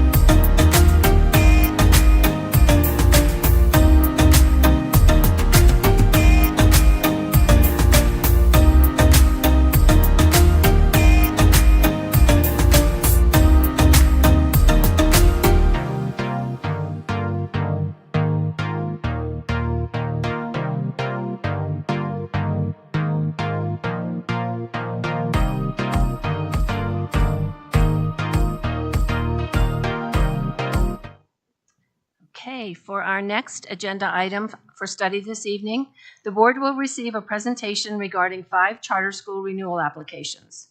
In anticipation of our vote on these applications next week, we will also hear the superintendent's recommendation regarding each school. We've received applications from the following 5 charter schools seeking to renew their charter contracts: Doral Academy in Westminster, Lincoln Academy in Arvada, Montessori Peaks Academy in Littleton, Mountain Phoenix Community School in Wheat Ridge, Rocky Mountain Deaf School in Littleton. Board members, I presume you've reviewed the materials in advance, as is our practice.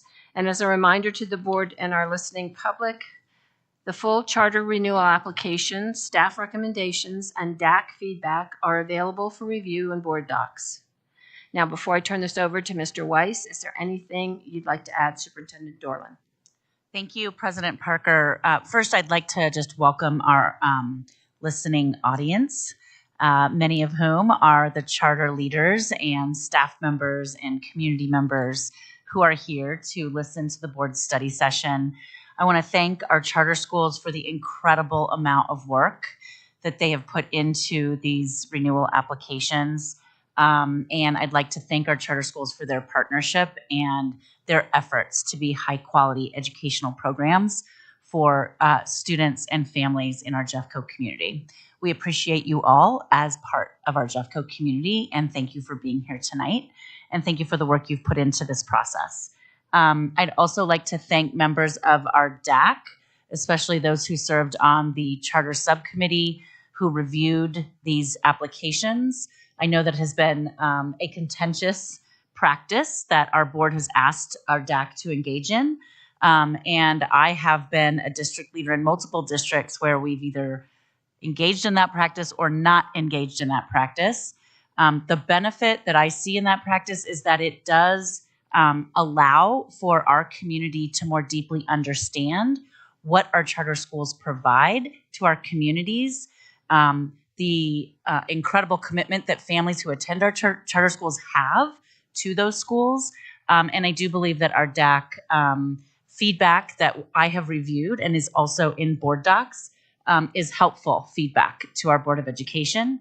That being said, I've also read the DAC's feedback about the process itself, and I know our board is anxious to talk about that at some point once we get through the renewal process. And we will commit to continue to collaborate with our charter schools about that process as well. I know that's important to our board, and it's important to me. And finally, I just want to thank Tayo and Dave for the incredible leadership that you've provided and your efforts to be collaborative with both our DAC in this process, your advisory roles to me in this process, as well as your collaborative stance and partnership with our charter schools. With that, I'm going to hand it over to Ms. Adiko. Thank you. Thank you, board, for having us this evening. We are here to present the superintendent's recommendations for this year's charter renewal applications in this order: Rocky Mountain Deaf School, Lincoln Academy, Montessori Peaks Academy, Mountain Phoenix Community School, and Doral Academy. A quick reminder about the charter renewal processes. It's 3 parts. The first is in the preparation of the charter application, which per Jeffco policy, applications were due October 1st. I also wanted to note here that this is a new shift in timeline for the board to review applications this early in the year, but that was at the board request so that decisions could be made before Enroll Jeffco opens in December. The second part of renewal is the application review, both by district staff and the DAC charter subcommittee. And then the superintendent reviewed the body of evidence that was collected by staff and the DAC and determined her recommendation, which was published last week. And then finally, the third part is the board vote, which is next week at your regular November meeting. As a reminder, our process is guided by Colorado statute, which directs authorizers to base their renewal decision on a comprehensive body of objective evidence that is led by whether or not a school has improved academic achievement. And then regulations also guide authorizers to not make renewal decisions on the basis of community pressure or solely on promises of future improvement. Statute is also very clear about why a charter may be revoked or not renewed, and that is if they did one of any of the following: committed a material violation of their contract, failed to meet or make adequate progress toward achievement of their goals, failed to meet generally accepted standards of fiscal management, or violated any provision of law. And here are the superintendent's recommendations. We will start with Rocky Mountain Deaf School, if you would like to make your way up. And here's a preview of the recommendations that we will be discussing this evening. Hello, everyone. So Rocky Mountain Deaf School is in Littleton. It is an ECE 12. They are the only school in Metro Denver that offers bilingual instruction in ASL and English. And they were rated performance on their AEC SPF, their school performance framework this year. And we wanted to note that they were rated exceeds in student engagement, and last year was received a rating of 100% on post-secondary and workforce readiness. We do not have any significant concerns about Rocky Mountain Deaf School's finances, but we wanted to clarify some things about their unique financial model. So Rocky Mountain Deaf School utilizes a tuition cost rate reimbursement model for all of the districts that place students at Rocky Mountain Deaf School, and there are many districts across Metro Denver.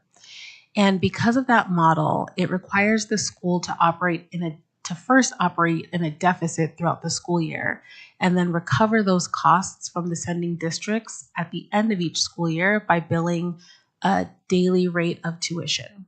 So as such, it is difficult for a school on such a model to build large reserves over time because they're essentially collecting what it costs to run the school for that year. Additionally, the school serves students who are deaf and hard of hearing, which is a low incidence disability in our population. So that limits the ability for the school to accurately predict future enrollment.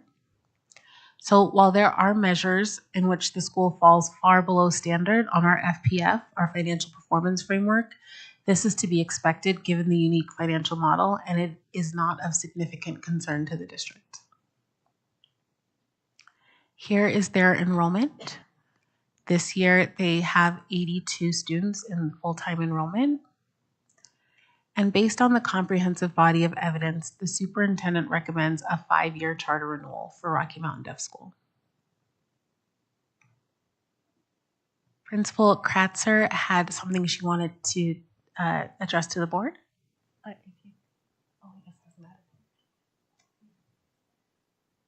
First of all, thank you for your recommendation and for your visits to our school and all the support that you've lent to our school. In our renewal, in addition to in our DAC comments, there was a mention of researching another authorizer as a possibility. We love Jeffco. You've given us tremendous support in the special education department, through HR and administration, and for all of that, we certainly don't want to depart Jeffco.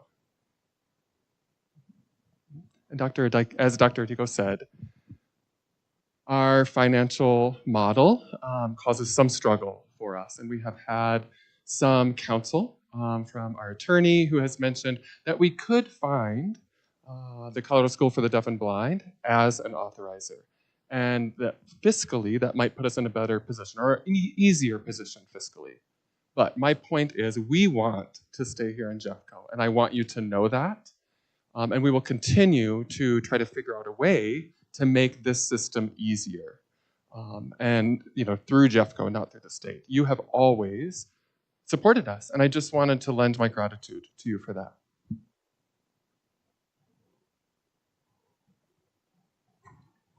Thank you. I'm just going to start out here too. I feel like I've known about the school for a long time, even before you moved into the building. I know about your experience finding a location and designing a building and so forth. And I'm thrilled that you're in Jeffco School District. I've loved the opportunity to work with you, and I'm glad you feel the same way. So I'm just going to ask too, is there anything that you think additionally the school district could be doing to help you? Honestly, only if we collaborate to figure out how to change the state form specifically. The form itself is based on a formula that no one understands, and Allison has been doing and utilizing that form for decades, and the state doesn't entirely understand the form. But we have to feed the formulas in, and we're only 2 schools in the state of Colorado who utilize that form.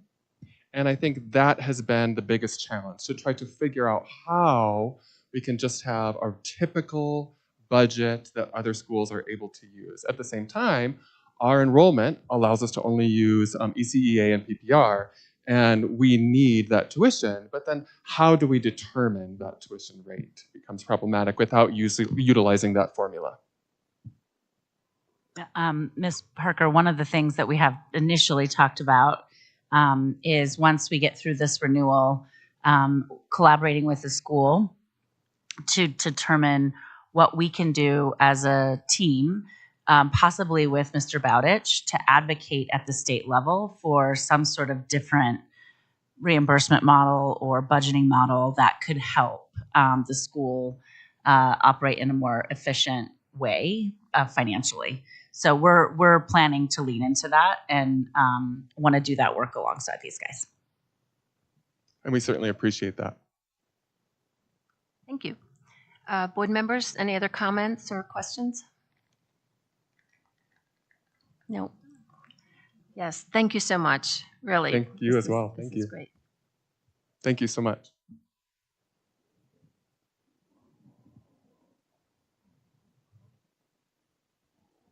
Thank you, Rocky Mountain Deaf School. Now we will discuss Lincoln Academy.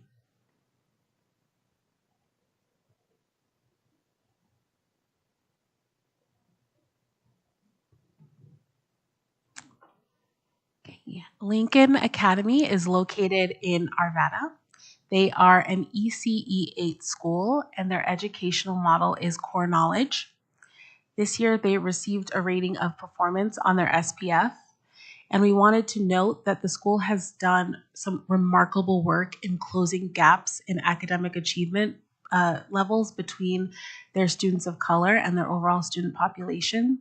This year, they were rated exceeds. Their students of color received ratings of exceeds for growth in both math and English language arts at levels that surpassed the overall school population. So well done, Lincoln. And in English language arts, their students were rated at the 90th percentile in the state. We have no significant concerns about Lincoln's finances based on their FPF. Here is a picture of their enrollment. They have increased around, and they're one of our largest single site charters at about 824 this year. And you can see they range anywhere between 770 to 824 this year. So based on the comprehensive body of evidence submitted by Lincoln, the superintendent recommends a 5-year charter renewal for Lincoln Academy.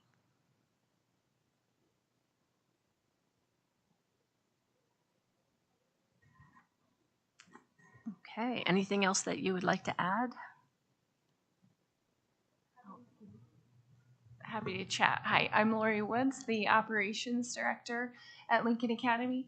This is Paul Hurst, our academic leader at Lincoln Academy.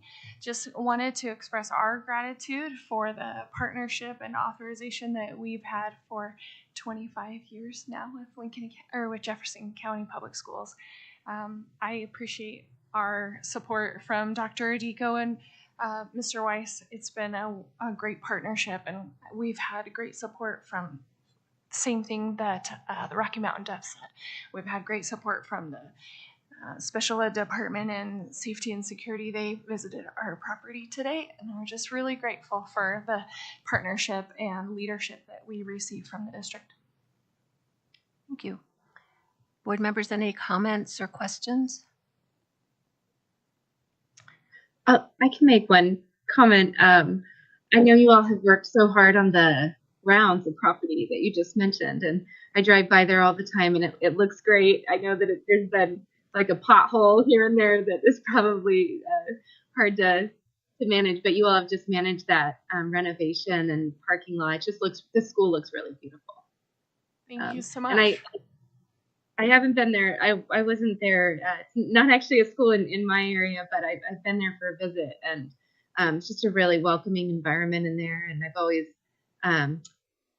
all my friends and folks I know who go there really, really love the school. So thank you for the work that you do to educate our kids. I appreciate that.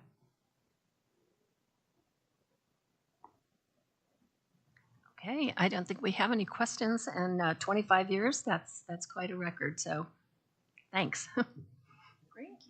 Thank you. Yeah, thank you so much. Next, we have Montessori Peaks Academy.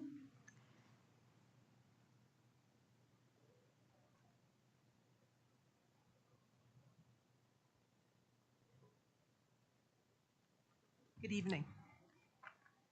And here we have Principal Robin Wheatley. And this is Emily Splittick. She's the president of our board. That way I'm not alone here. And their board chair, Emily Splittick. Thank you. So Montessori Peaks Academy is in Littleton. They are an ECE 8 school with a Montessori model. This year they were rated performance on their SPF. And we wanted to note that last year was Principal Wheatley's first year in the principalship ever and at Montessori Peaks. And in 1 year, and in her first year as a principal, she raised the percentage of points earned by MPA by 14 points in 1 year. So well done, Principal Wheatley. We don't have any significant concerns about their finances. You may have noted on their FPF that they did receive a couple ratings of falls below standard. However, those two metrics are connected to an MPA board approved spend down of their reserves to purchase a vacant building across the parking lot from their current building so that they could expand their middle school populations and their homeschool populations. This is a snapshot of their enrollment over the course of their current contract, and currently they have 479 full-time enrollment and 35 homeschool, with plans to expand up to 55 homeschool with because they have additional capacity in their new building. So with the body of evidence reviewed by the superintendent, the recommendation is a 5-year charter renewal for Montessori Peaks Academy. Thank you. Did you want to add anything to the presentation? You know, I wanted to repeat what Lincoln Academy said as well. You know, I've been in Jeffco a long time, and I come from neighborhood option schools. This is my first charter renewal, and I feel like first of all, I think Dr. Deco and Dave have been very supportive and helpful. The form, I understand the old way, there was no form, or I don't really know, but I think it was very clear, and I felt fully supported. And also, this is my first experience of having a student deaf at our school, and I wanted to use that as an example of how much support. I felt like when I came to a charter, I wouldn't receive the same level, and I feel like everybody I've called has helped out just like they did in the past. And when we had that student deaf, that team was amazing. So I just wanted to get a chance to say that, because that was a hard thing for our community, and that was a huge help to me. So thank you. Thank you. And I've had the pleasure of making several visits there since you're in my district, so I appreciate that. And it's fun to see what you've done with the new building and the middle school options there that are happening. And I was sorry when you had the dumpster full of somebody's household. It was an eviction. An eviction, so that was a challenge for you, I know. But anyway, I've enjoyed being part of your school. Any other comments or questions? Thank you for your work, and congratulations on your great results. Thank you. Next, we have Mountain Phoenix Community School. And joining us here are their two directors, co-directors of education, Maggie Payne and Melissa Casel. Mountain Phoenix Community School is located in Wheat Ridge. They are currently an ECE 8 school, but are considering in the long term expanding their homeschool program to include high school 9-12, and that is at the request of their homeschool families. They are a public Waldorf school. They are our only public Waldorf in the district, and they received a rating of performance on their SPF this year. I wanted to note that they also are doing incredible work in closing gaps. This year, their students eligible for free or reduced lunch received a rating of exceeds on math, and they had higher growth than their overall school population. So well done, Mountain Phoenix. We don't have any significant concerns with their finances. And here is a snapshot of their enrollment. Currently, they're at 650 in their full-time enrollment and 124 in their homeschool, which is called Lively Arts Homeschool. And with the body of evidence, the superintendent recommends a 5-year charter renewal for Mountain Phoenix Community School. Thank you. Would you like to add anything? I think we also would just like to lead with gratitude for being a part of Jeffco. We have been in Jeffco. This is the beginning of our 18th year. It's been a very exciting journey, one that transformed me as a parent, as one of the founders of the school. And it's just been phenomenal to watch the school evolve and grow in the context of a very supportive authorizer and charter relationship. So I want to just share my gratitude to you all. We've had Directors Kenworthy and Applegate visit our school this year. Superintendent Dorland has visited, and we just really appreciate the community building and the support of the central staff. The opportunity to work with Dr. Adiko is just even opening more doors, as I think her work supports really clarifying the relationship between the district and the schools, so that we can not submit a 6-inch binder for your consideration, and we can whittle it down to a nice 23-page PDF. So thank you all.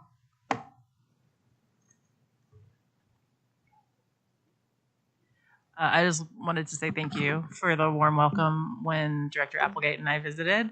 That was my first visit there, and I'm looking forward to returning.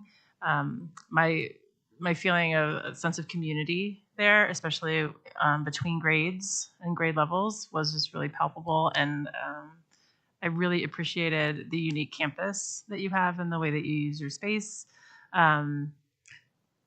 Overall, I just really enjoyed it, and I'm looking forward to interacting more with your community.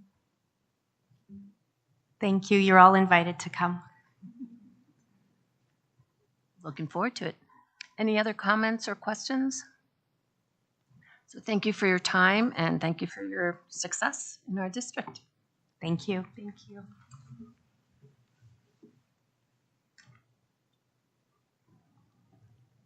The final school we'll be discussing tonight is Doral Academy of Colorado. And we have Principal Arlie Blanco and Board Chair Heather Sparks joining us at the table. Doral is a K-8 school in Westminster. We did want to note that Doral currently serves grades K-8. However, their school code with the state has designated them as a K-12. And so that they haven't served high school students in a year? Our last high school students were last year. Last year, yes. Last year they phased out the last few students of their high school program. They opened as an arts integration school, but have recently pivoted to a STEAM educational model. The school has not received an SPF from the state since 2019. This is due in part to the fact that CDE has the school coded as a K-12, but because of low testing in the high school grades, there was not enough data to generate a high school level rating, and so the state won't issue a school level rating if one section of the grade served does not have a rating. But if we were only looking at their elementary level rating, on their 2024 SPF, the elementary level received a rating of improvement, and the middle school rating received a rating of performance. And we wanted to note that Doral serves a diverse student population. 50% of their students are eligible for free or reduced lunch, and the school was recognized last month by this board for their strong academic growth in their middle school program in both English language arts and math. Doral Academy has a unique governance arrangement, so we wanted to highlight that first. They are our only charter school that is part of a national charter network. So if we start at the top, we have you, the Jeffco Board of Education, as the authorizer, and you have a contract with the Board of Directors of Doral Academy of Colorado, which is the one school in Westminster. Doral Academy of Colorado is part of the national charter network called Doral Inc., based out of Florida. And Doral Inc. provides oversight, support, national branding, mission and vision work, and grant writing, amongst others, for all of the schools in their network. They generally charge a 1% per pupil fee, but that fee has been waived for Doral Academy since its opening. Then Doral Inc., the National Charter Network, contracts with Academica as an educational service provider. And Academica provides board governance support to Doral Academy of Colorado, finance oversight, staffing coordination, bookkeeping, budgeting, support with compliance, support with facilities, etc. Their fee is generally $550 per pupil. However, that has also been waived for Doral Academy for some time due to low enrollment and budgetary concerns. And so we wanted to note that it's a multifaceted governance arrangement, but the core of the relationship here is between you, the Jeffco board, and the Board of Directors of Doral Academy of Colorado. Overall, as district staff, there are some significant concerns with Doral Academy's finances and financial management. We documented these concerns in an authorizer notice of concern that was issued to the school in September 2024 around these 4 points.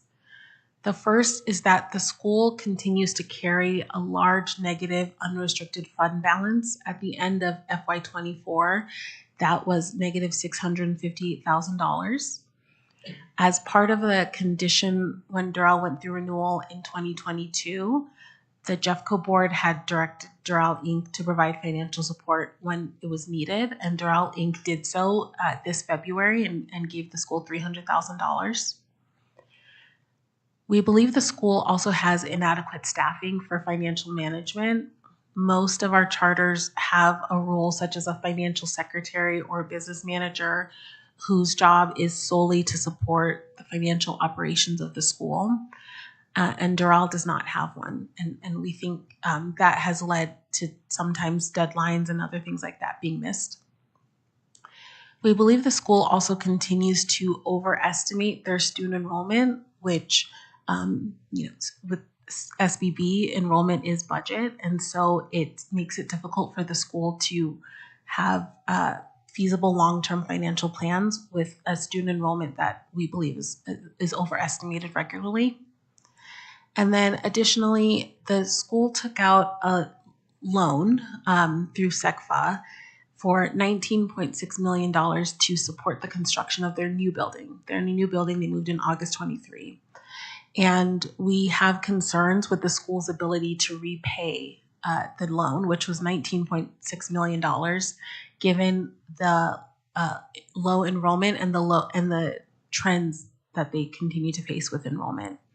And the loan has nearly $1 million a year in loan repayments and has a balloon payment of $19.4 million due July 2028. In response to the notice of concern that the district issued in September, Doral Inc., the national charter network, sent a letter to the district committing in writing to supporting the school in the event the school cannot meet a break-even budget over the next 5 years. Here's a snapshot of Doral's enrollment over the last 5 years. As of October count, they were at 169, but have enrolled a couple kids in the last week. And then here's their enrollment projections, which we believe speaks to an over projection of what might be a feasible enrollment for a K-8 in that section of the district. So when they submitted their application, they were at 168. And as you can see, the school projects to grow by a significant number every year for the next 5 years, with an enrollment projection of 548 students in 2030. And here's what that looks like on a chart. So you can see their enrollment over the last 5 years and what the school projects to be over the next 5 years, which we believe, given declining enrollment, the area of the district the school is located in is just going to be very difficult to achieve.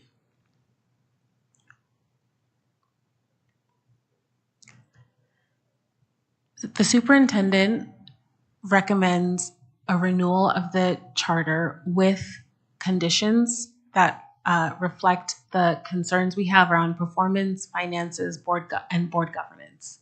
And so I'll go through those conditions now. The first is that Doral Academy updates its CDE school code to reflect that it serves grades K-8 in the hopes that the school will then be issued an SPF in 2025 and beyond. The next set of conditions are around the financial concerns. The first is that by December 1st, Doral Inc., the national charter network, deposits $658,000 to the school to make up for the school shortfall. Secondly, that by January 10, 2025, Doral Academy of Colorado shall submit a contract signed by Doral Inc. For the network to agree to deposit the full amount of the difference between actual revenue and adopted budget every year by October 1st, and that the contract is in a form that is approved by the district. And then each year, Doral Academy of Colorado would ensure that that money was received by the October 1st deadline. The district asks that any annual budget that results in an overall decrease of more than 10% from the budget submitted in this year's renewal application should be approved by the district. and that Doral Inc. and Academica commit in writing to continue to waive all fees until the school meets the projected enrollment in its 2024 renewal application. We also ask that the Doral Academy Board completes governance training and submits a governance plan by August 1st, 2025. And in light of this renewal recommendation and the need to communicate with families, we ask that the Board of Doral Academy of Colorado issues a joint communication with Jeffco to their families detailing the conditions of this renewal and the school's next steps by December 1st before the Enroll Jeffco window opens. And as a condition of these conditions, that Jeffco may revoke the charter in future years if conditions are not met. So as you may recall from the Doral Academy recommendation memo, the superintendent's recommendation is a 3-year conditional renewal. And that's with the belief that 3 years gives both the school and the district sufficient time to demonstrate academic and financial improvements. And especially given that the balloon payment is due July 2028, having a renewal application due fall 27 allows the board to revisit the school's finances and see that the school has demonstrated a plan to make that balloon payment the following year. However, the slide shows that there are a range of options that are available to the board, starting with a non-renewal. We did want to note that the school's construction loan was backed by SECFA, the Colorado Educational and Cultural Facilities Authority. And in the Colorado Charter Schools Act, if an authorizer makes a decision to non-renew a school that has SECFA funding, we must inform the State Commissioner of Education and the State Treasurer, who then suspend the non-renewal decision to see if alternative measures can be taken. So a decision delayed for review would affect our Enroll Jeffco timelines. And then the board always has the option of 1 or 2 year conditional renewals, but we believe that that doesn't allow sufficient time for the school to demonstrate sufficient progress, both academically, financially, related to board governance, and so on. Deco, can I jump in here? Yes. Yeah, thanks.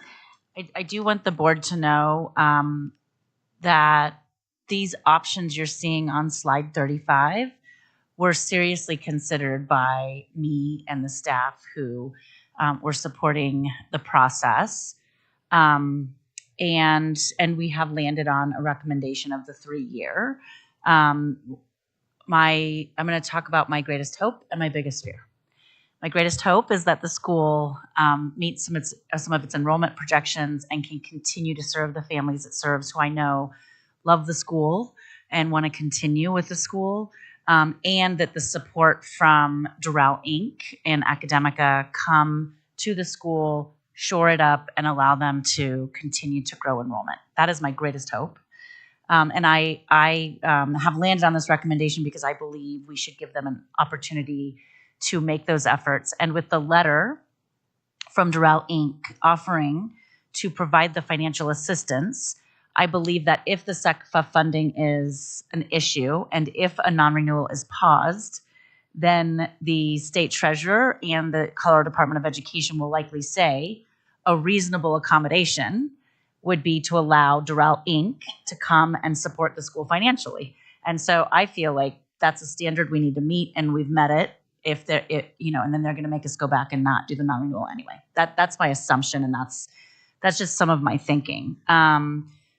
I will say one of my biggest fears is that we end up in a situation that we were in a couple of years ago with another charter school where we end up impacting families mid-year. And that is one of the worst things that can happen for families.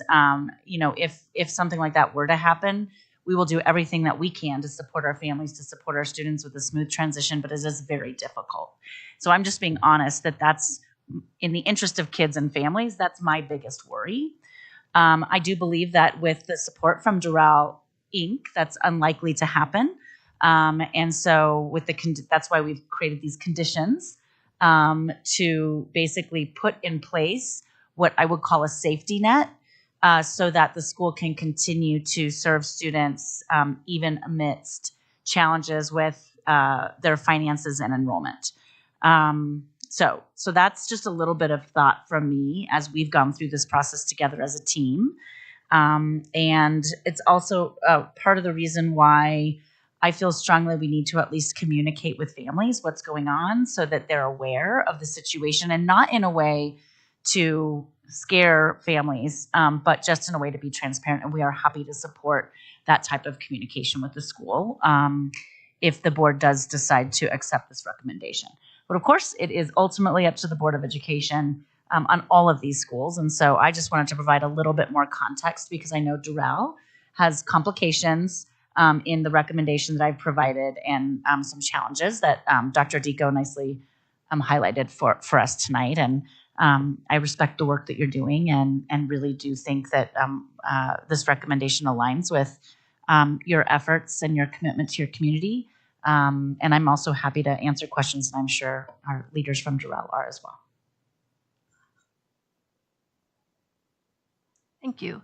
Would you like to add anything, Principal? And I just want to say thank you to Jeffco because you guys have been a great support, and Dr. Dico as well. I open my door in my school to everyone, and I welcome all the support that I can get. And just the fact that I can use the Jeffco resources for my staff and my students and my families has been a great support. So I try to align what we do at Doral with some of the initiatives that Jeffco does, because I do believe that we're all in this for students. And, you know, when they go from Doral and they go to another Jeffco school, I want to make sure that we are providing that same quality of instruction and education that you all do in your neighborhood schools. The good news is this week I enrolled 5 new students. So that's very exciting. I wish it was before October count, but usually the trend at my school has been increase in enrollment after October count, especially in January, which doesn't help. But the goal is to retain those families, which we have. Those families that do enroll after October count, we do retain them. And we're doing great work. We do have a diverse population. We have 15% of our population is SPED. So we do work really hard to make sure that our students are growing and that they're meeting the expectations needed for their education and career. And we have made a lot of changes this year. We're really pushing and emphasizing on STEAM, which has been really exciting. We have our STEAM night on Friday for our families and for new incoming families. So I'm really passionate in the work that I do, and I'm very appreciative in the support that Jeffco has provided myself and my school. And thank you for the recommendation of 3 years, because 2 years was really hard. I felt like was not given enough time to kind of move to a new building and kind of show some of the work and progress that we can potentially do at our school. So. And then just to echo Principal Blanco, thank you for your partnership and your support. Just knowing that what Doral means to us, and we're here to sort of fight and advocate to keep it going. I would like to address the 658 unrestricted fund balance, just to provide some clarity in that.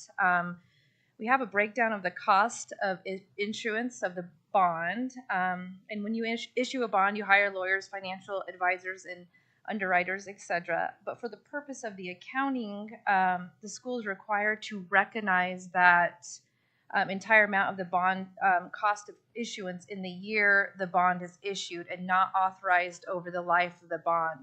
This means that the school would record approximately $650,000 in expenses for the fiscal year 2022 for those services provided for the bond. That $650,000 is the borrowed amount that is paid back over the life of the bond, not immediately owed back to the investors. So the $650,000 that we are discussing is not owed back until the bond is owed. It is built into the payments that we make each month in accordance with the bond payment schedule. So all that is in that balanced budget that we have provided. We would like to request that this $650,000 be reclassified to the fund balance for restricted debt services, which would still leave this fund balance in a positive position. So just where it sits now, looks like we have vendors or other entities owed that money right away, but it is actually part of that bond that we are paying back in monthly payments. So Thank you. That's actually helpful for me to just listen to this evening, and for our board to know that we had some questions coming in from Academica late this afternoon that Mr. Weiss had shared with me. We have our finance team looking at those questions now and considering the input that you have just shared as well. And we'll have some additional answers about that. But depending upon the board's decision next week, these are the kinds of conversations that our legal team, Doral, our finance team, and Doral Inc. and Academica would all begin having conversations about, related to then contract language in light of these conditions. So this is like kind of in the weeds work that we would end up doing given whatever direction the board gives us. But thank you for that context. I appreciate it. And please know that we have received that email and we are looking into that and we would be following up. So thank you. Great, thank you. I appreciate that clarification too. Are there any other of these conditions that have been put on the screen that you have concerns over or want to talk about? No, I think we have discussed as a school, and we've brought it up in board meetings, in reclassifying our charter to a K-8. It just makes more sense to solidify our K-8 and maintain that stability and it helps with growth. It doesn't make sense to enroll K-12. Let's just focus on our K-8 and build that strong K-8 in academics and everything to then eventually, potentially, once we hit our enrollment goals, then we can talk about expanding to a K-12. So I think that has been something that we have discussed as a board, and it's easily a condition that I do have a question on the October 1st deadline, however. That's prior to actual school count. So is there any way that October 1st deadline could be moved until after student count day? I mean, again, I think we're open to conversation about dates, and that's the weeds that we would get into to get to the contract that then the board would also approve once we get the contract finalized. I think that October 1st date is in there because we want to make sure it is about that enrollment, that count, and then any difference between the budget and the count would be required for Doral Inc. and Academica to support. But we're open to conversation around some flexibility on timing, unless Dr. Dico, you think I'm wrong. Okay, good. She says I'm right, so I won't. Thanks. And then I have a question too about the loan that's due in 2028. What happens if that's not met, it's not paid back? That is a loan that Doral Academy of Colorado's Building Corp took out to fund their building. So it's not a financial obligation on the district. I don't know. That's correct. Ms. Tollison, did you want to add anything? You're good with that? Okay. I didn't know if there was a legal perspective that you wanted to share. Thank you. So I appreciate that clarification. I'm also wondering though, is there something in that loan contract that if it's defaulted on, then impacts the school's ability to continue functioning? We can look into that. I'm assuming that there were different things put up for collateral, perhaps against that bond. So we can look into what would happen if the school were to default on that loan. I do believe the plan is to refinance before that balloon payment is due to make those payments smaller. Director Reed? So the plan that you have calls for a very, very steep growth curve. And my understanding is that you are located in an area that is not growing very fast in terms of students. So I'm wondering how it would help me if I understood how you're coming up with the student growth that you're anticipating.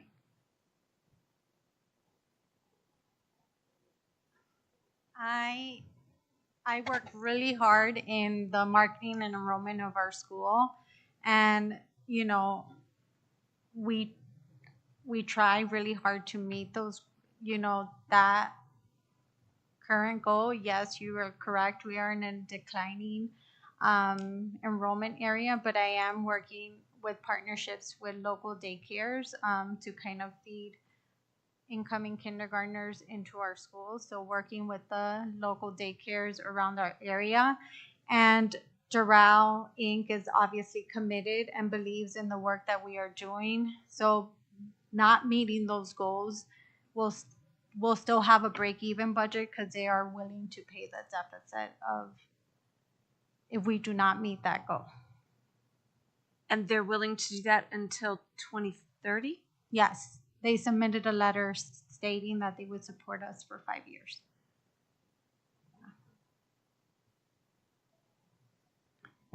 Other comments? Dr. Varda?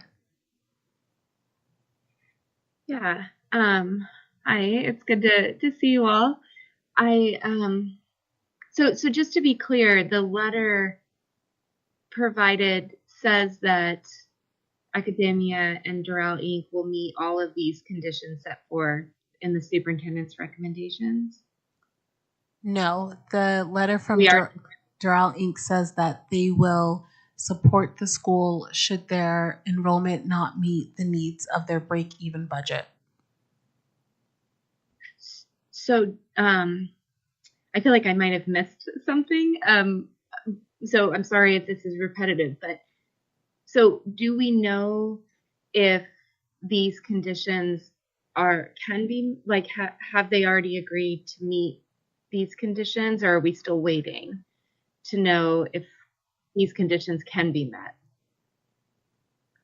I think there's still discussion to be had, specifically around the $650,000 and how that looks on our budget, but all other conditions we're in support of. Yes. So by we're in support of, does that mean Doral Inc. and Academia? Am I saying that correctly? Academica. I'm sorry. I was trying to read it. That they are also in agreement. I think I'm just trying to clarify. I'm not clear. yes, that is correct. So the board governance, we have a plan. We did board meeting already. We're setting up the strategic plan around that. The communication with families we're in support of. So there's just still some questions around the financial piece and the request for the money being deposited by December 1st. So that's what we were speaking of earlier about some more discussion around that. Can I jump in, Director Varda, real quick? Because I think Julie or Ms. Tollison, it might be helpful to understand process.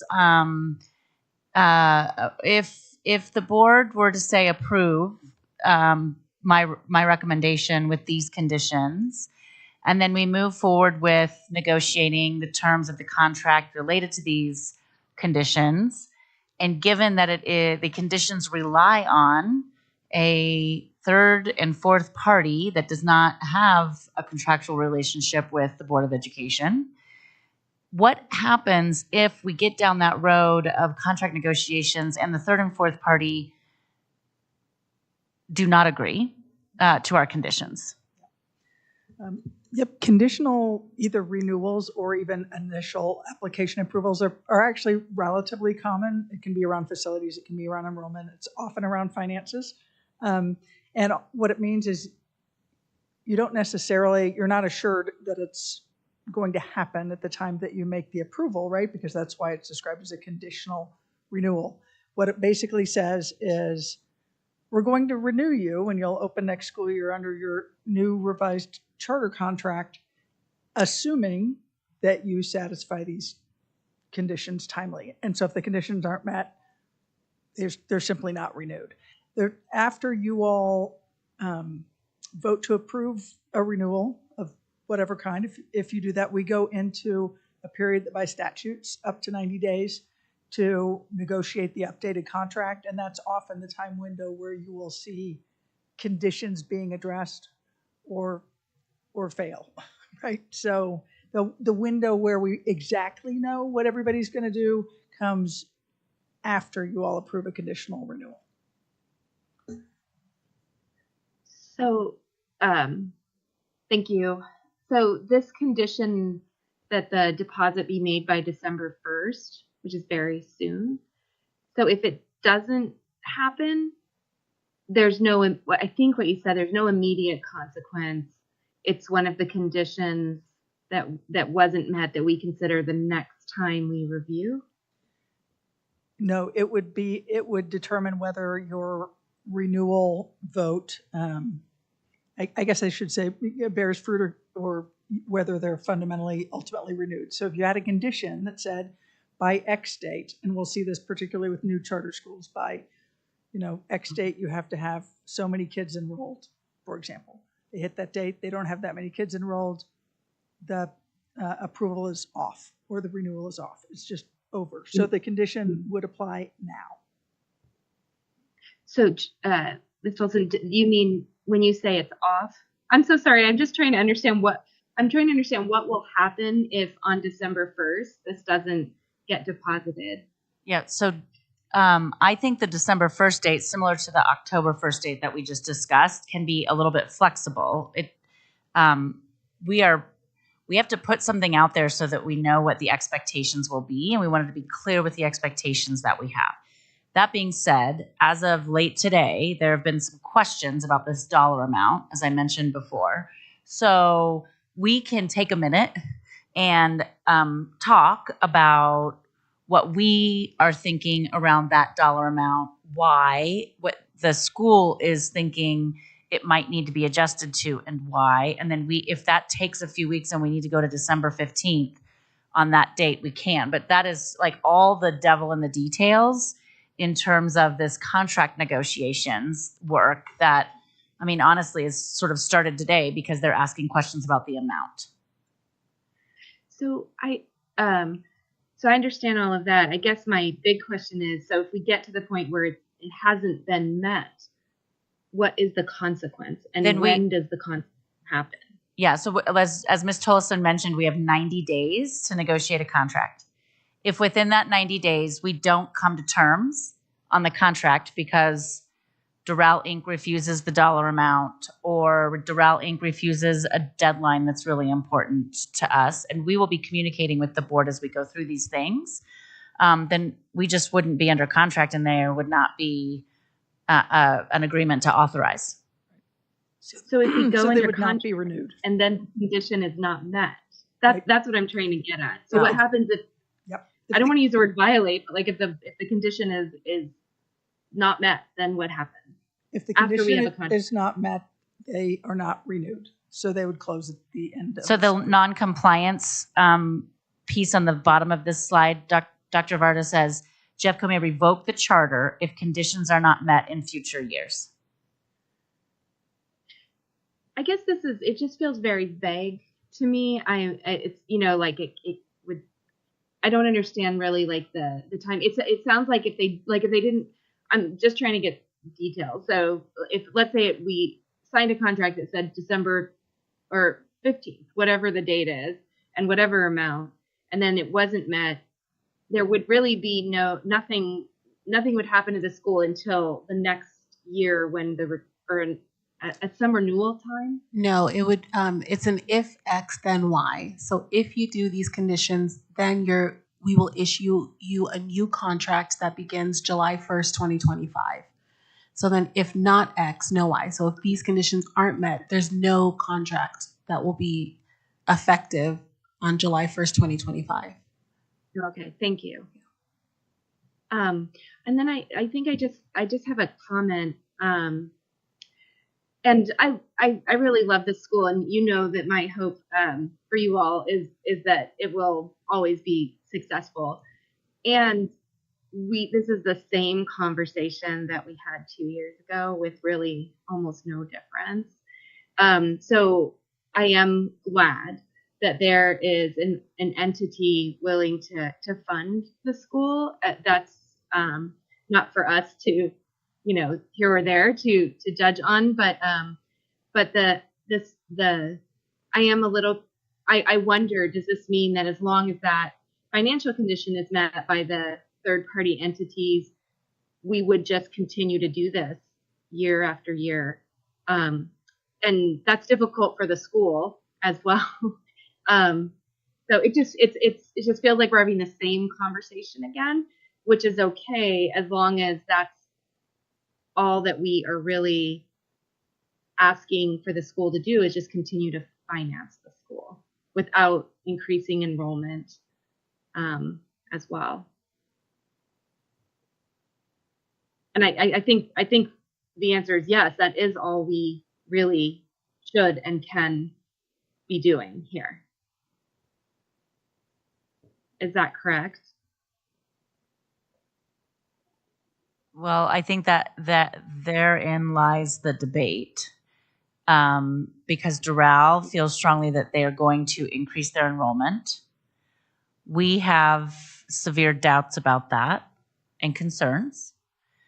And I mean, honestly, to be like completely honest on the options and superintendent recommendation, the two that were most considered by me were non-renewal and 3-year, because I think they need more time if we're going to give them the opportunity to increase their enrollment. I don't think Dr. Varda, I don't know that they're going to be able to do that, but I think they're asking us for time to do that. And if we're going to agree to give them time, I feel like it needs to be sufficient time. If we did not have a letter from Doral Inc. saying that they would shore the school up, my recommendation would be non-renewal. I'm just going to be honest. And then we would be going through this process of dealing with the SECFA loan. Because we have this letter, we know what's going to happen. If we can predict it, we can try to deal with it. We know the process of non-renewal, the board's non-renewal decision is going to be stopped by SECFA or by the state treasurer's office and CDE. It's going to be reviewed. They're going to make us all come to the table and talk about what we're talking about tonight, which is there any other way other than non-renewal? And we're all going to sit there and look at each other and say, well, we have this letter from Doral Inc. saying it would shore the school up for 5 years, and the state treasurer's office and CDE, my assumption, and Julie's too, I'm going to use Ms. Tollison as my partner in crime here, is that they will say that seems like a viable option so that there is not a default on this large loan funded by SECFA. And so, that is the reason why I'm recommending a 3-year conditional renewal. And because I feel like it's better than a 2 or a 1 to give the school time to try to do the things they're saying they want to do for their school community and see if we can get that enrollment up. Is that helpful? Okay. Yeah, thank you. Mm-hmm. Okay, so if I understand it, next week, when we go to vote, the conditions may be different. We may have made a change to that $658,000 and so forth. But we will vote based on the conditions that would be set next week, that we would know of next week. But there's 90 days of negotiation with the contract, and those could still be tweaked. Yes, and even when we finish the negotiations, we bring the contract back to you, the board, to approve. Good. Okay, so that's... And I would also just say that we're going to get the conditions to a place where we feel pretty strongly about the conditions. And I don't want to send a message unintentionally, and I don't think this is what you're saying, President Parker, but I don't want to send a message unintentionally that these conditions are negotiable. I mean, if we want to talk about a date here or there and making sure that it's fair and manageable and doable, I think that's appropriate.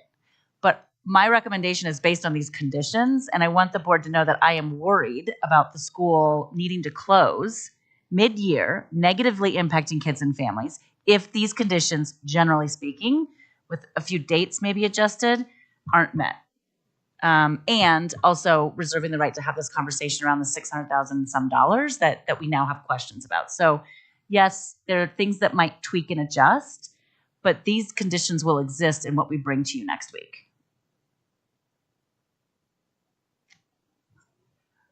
I've gone back and looked at the statute that was shared at the beginning, and I'm going to ask a question just about adequate progress toward achievement of academic goals, and concern about staffing, teacher staffing. I'm curious what plans are around addressing achievement, student achievement, and being staffed adequately to be able to meet those goals. So this year we were able to retain all our staff except one because they moved out of state. And we have created systems in place. So we have streamlined our MTSS process to identify students that are struggling and how, provide that tier 2 instruction. And we meet every week on Tuesdays and we look at data and we make adjustments where needed.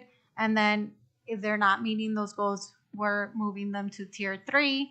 And just, I'm very big on data because I come from Florida. So I was trained on data.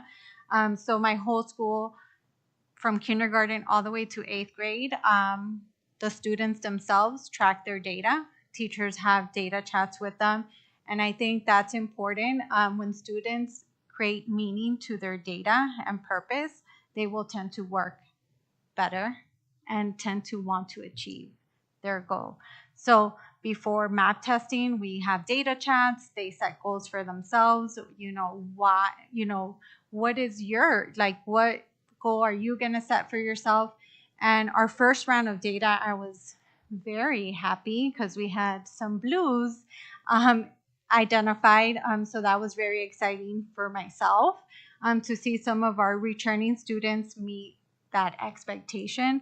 So I think slowly but surely, we are definitely making growth, which that's exciting. So with making growth, eventually we're going to make that achievement goal. So I worked really hard. We're in the classroom starting in January. We are creating an intervention block for all of K-8. So even myself included, and my dean, we will be pulling out small groups to help with our data and student achievement. So after our second round of map testing, we will analyze the data, create goals for our students, create different level groups, and starting in January when we come back second semester, because that is crunch time right before CMAS, we will have a plan, an intervention plan set to meet students' needs, because that's something I'm very passionate about. And I think part of the concern was staffing around someone that support our finances at the school. So we do have a business office manager in place. I think there was a disconnect between her and maybe the district finance team, but we now have monthly meetings starting to be set up with them and the academic finance team. So all three of them will be able to meet on a monthly basis to discuss those finances and any questions that we have. So hopefully those delays in getting anything that is requested, that does no longer happens. So. Okay, so the one question that I do still have, since we've talked about concern that we would have to close it in the middle of the year, is that something that would happen if, say, for example, Doral Inc. did not provide a check by the date in October that we agree upon? So let's say that we say October 15th because of the count date. We make that adjustment. If that check does not arrive by October 15th, does the non-renewal start then so that students are scrambling to find a place to be on the 16th? Like, how does that work? And if we are doing it that way, is that going to be very clear in that communication with families that you take the risk that you will discover, maybe not even mid-year, but mid-semester, that you have to find another placement. I am concerned about that as well. I mean, I think if we found ourselves in that situation, again, the devil's going to be in the details. The school will likely still have some funds available to continue payroll, but what happened in our last situation is that they basically couldn't continue payroll. There were no funds in the bank. And so I don't think it's going to be an overnight thing, but it's sort of a slow challenge when the budget doesn't, when the enrollment doesn't meet the budget, and then there are no sufficient funds and reserves to kind of cover that gap. And I would assume that we continue to try to work with Doral Inc. to get the funds in place. We did have some trouble getting them to pay what we had requested last time on time. So that's important for the board to know. And honestly, like this, just want to remind the board that this is a study session. So I appreciate all the questions. And you all have the opportunity to ask us for additional details, as this is complicated. This is one of the more complicated charter situations that I've dealt with, and I've dealt with a lot of charter situations as a district administrator and authorizer. I would let you know that every single one of you, we want you to feel like a good decision maker and an informed decision maker next week on all of these, on everything you do, but on these especially. And I would just say, as you leave this evening, you may think of things tomorrow. You may think of things over the weekend. We're here to answer your questions. We'll be transparent about the answers we give to any one board member, to all board members, and then make sure we get the materials that are helpful in your decision making. And again, this is my recommendation, and it ultimately is the board's decision.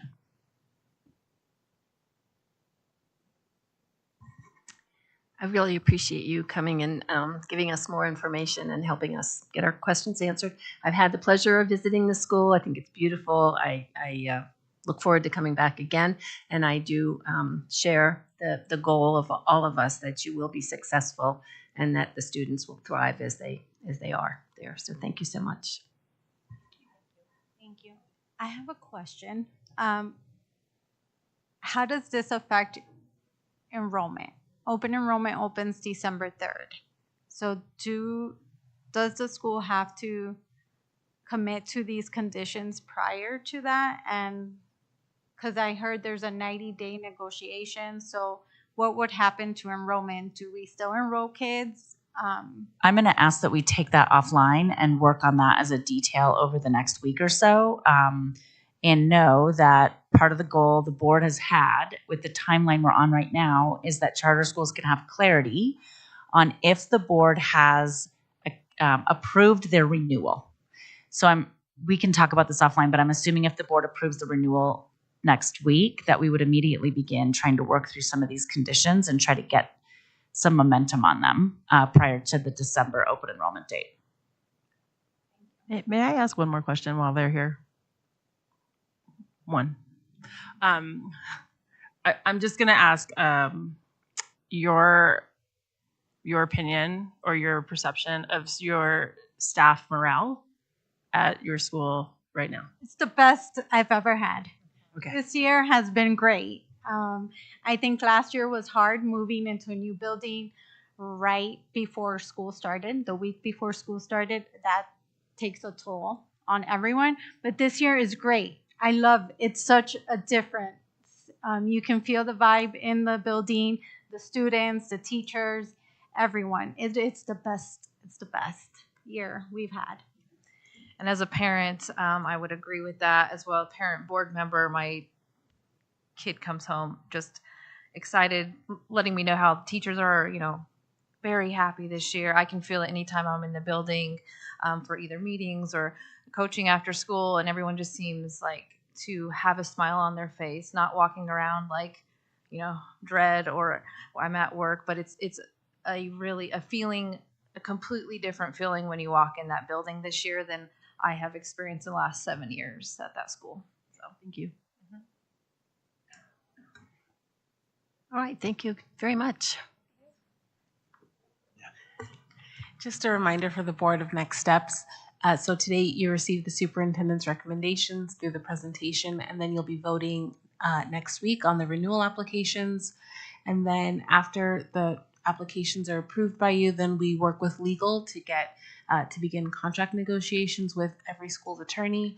And then we'll present those contracts to you at the January 16th meeting for you to vote on. And then the new contracts will take effect July 1st, 2025. Thank you. Thank you. Thank you, Mr. Weiss. Okay, for our next to last item for this study session this evening, the board will study Executive Limitations Monitoring Report, EL08, related to school year calendars.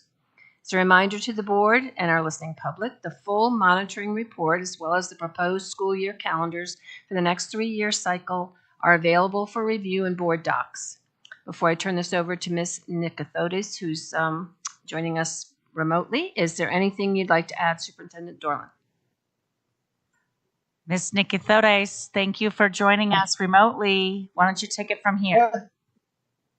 Yeah, thank you so much. I apologize for the circumstances this evening, but I'm happy to be with you, members of the board, President Parker and Superintendent Dorland, to present the draft calendars for our next 3-year calendar cycle here in Jeffco.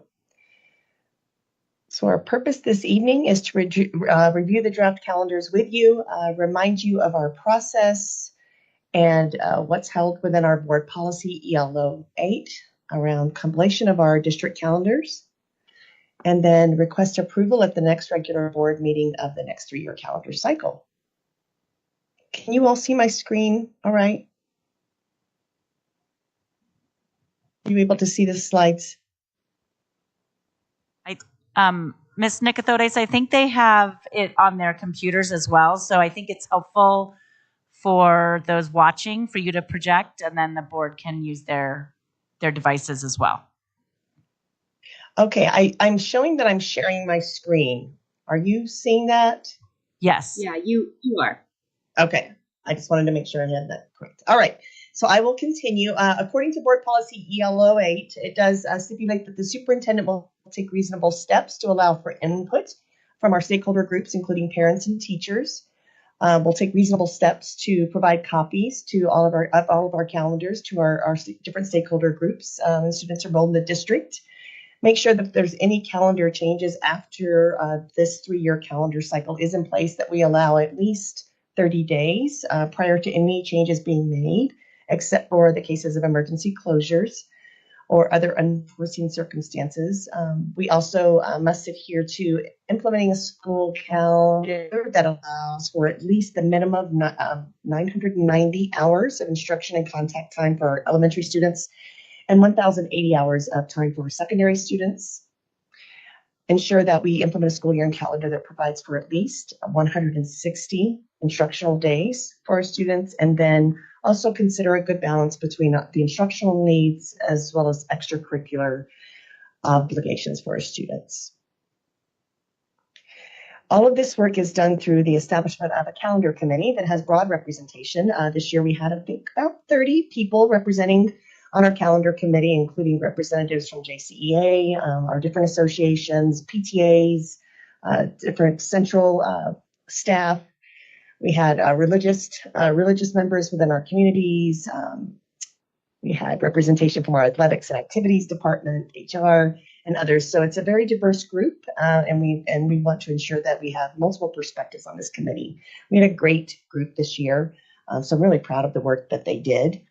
We did meet 4 times during last spring. And in the beginning of our meetings, the first meeting is really setting up norms for decision-making and agreement, the objectives for the work, and then making the committee aware of there are certain non-negotiables and things that we have to adhere to. For example, the number of instructional hours and days within our calendar and other things like that. So everyone's aware of what the work needs to look like and where we have flexibility and where we don't. The second meeting this year, we enjoyed a presentation from some of our students in Jeffco. Those of you that were with us a few years ago, I believe, we had students come to the board and petition that the day after Halloween, November 1st each year, be a non-student contact day so that students can enjoy their Halloween activities and not have to worry about getting up too early the next day. And so we were able to honor that request from our students. They did come to present to our calendar committee this year so that we could consider that for the next 3-year calendars as well. And we've been able to honor that request from our students. So that was really fun to have them come and present to our committee and have our group hear from them. During this time, we began to, during that second meeting, we began to then develop our draft calendars. And we had a group that came in eager to think innovatively around calendar and school year calendar. And it's an interesting process because we always hope to do something new and different and maybe address some of the things that we have concerns around along the way, but there are certain things that we have to adhere to. And so this next year 3-year calendar cycle isn't dramatically different from the ones that we have currently, but there's been a few changes that I'll walk you through. We did adhere to the instructional hours and days required. Within Jeffco, you'll see here on this slide, we have right now for our secondary schools, on average, 1,112 hours for instruction, exceeding the 1,080 that's required in secondary schools. And then for our elementary students, 1,060 hours, which exceeds the 990 minimum required, as well as 171 instructional days, which exceeds the 160-day minimum. So as I mentioned, our calendars for this next 3-year cycle haven't changed dramatically. We have roughly the same amount of student contact days. Of course, our teacher contract days remain at 185. This year, we have 14 non-student contact days, and that does continue into the next 3-year calendar cycle. We have a similar number of days first semester and second semester, and the last day of school each year is roughly right around the end of May. Something that has changed, we have a slightly later start to the school year over the next 3 years, just about a week, so nothing dramatic. This was a big topic of conversation, and I promised our calendar committee that I would make you aware of how challenging it was for them to try to find a way to alleviate some of the heat we experience in our school buildings in August. This was a big concern for our calendar committee, and I did promise them that I would bring this to your attention, that it was not something that we could truly solve for. And I'm right now, I'm not sure that we have great solutions to this, in the future. We're kind of locked into certain things. According to our JCAA with retirees, all of our retirees from JCAA need to finish work by at least the end of May before June 1st, so that they don't lose an entire month's of compensation by stop having the school year end after June 1st. So that is something that kind of locks us into that timeline of ending school right there at the end of May.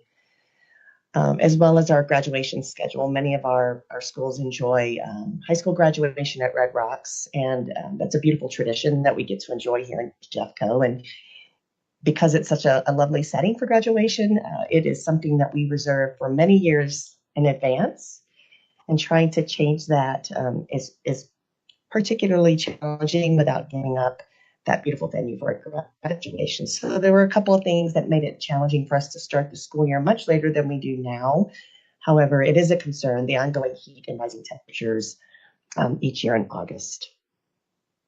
Something else that's changed slightly, spring break has just moved 1 week later to be the last week of March, which I think will be a nice change for many of our staff. They may have children that attend school in other districts, and sometimes this conflicts with other spring breaks in other districts. And so I think this will line up well to other neighboring districts as far as when their spring break falls. Something I'm really excited about as the Chief Academic Officer is this next school year. We will have 6 teacher work days in August prior to the first day of school. Over the last few years, we've had either 4. We were able to add an additional day this year to get back to 5. And so being able to have 6 prior to the start of school, give our teachers plenty of time for professional learning, getting ready for the school year, setting up their classrooms, and all this stuff that we want them to feel fully prepared and ready to greet students in August. And so we're happy to be able to add an additional day for them to do that work. And then finally, one other change is that designated teacher work day being a non-student contact day for students on November 1st. That doesn't actually happen until the third year of our calendar because the next 2 years it falls on a weekend. But the final year of this 3-year cycle, we do have, I believe it's on Monday, and that is a non-student contact day for students. This next slide just outlines our communication process. Once, hopefully, we receive your approval on these calendars, we will begin to communicate with all the stakeholders within our community, beginning with our school leadership team and going out through our different communication channels within the school district. You'll also see here that it is translated in several different languages to ensure that all members of our community can access. And then finally, I'll just remind you that it is a challenging conversation at times to try to figure out how to make this all come together and meet the needs of all of our families and community members. We have to think about things like family schedules and vacations. Again, facility efficiencies, getting to the heat, back to the heat conversation that I mentioned earlier, making sure that we're staying aligned to the requirements from the state for instructional minutes for our students. So there's lots of things that we have to consider going into this, and I'm really proud of the work the committee did this year. We had a great group of people, like I said, that really came in with a great positive mindset, wanting to put the best calendar forward, and I think we've done that. So just finally, I would just say as the next step at the next regular meeting, we would just request your approval of these 3 calendars. And I am prepared to answer any questions that you might have. Hey, Renee, can you talk about how once these calendars are approved and finalized, that we will also be providing our schools and our district departments the belonging calendar? Oh, yes. Because the committee did talk about this related to religious holidays and other things. Can we just highlight that for our board too to understand that work? I meant to attach that, and I am thank you for reminding me of that. Yes, we have another calendar that's kind of an overlay to our school calendar. We have talked as a committee about adding all of our religious observances to our school year calendars, so that it's so that we are all very aware of different religious observances that are happening throughout the year. However, that got to be a lot of stuff within the calendar, so we've created a separate belonging calendar within Jeffco that identifies all of the different religious observances within our community. And so our school leaders have that so that they can plan different activities within their school and try to avoid scheduling things on those holidays as much as possible. Although with all the things that do happen throughout the year, it's hard to avoid everything. But we have great awareness around that within our school leaders. And I know they're working with those calendars to try to be, more aware as we schedule school events and activities.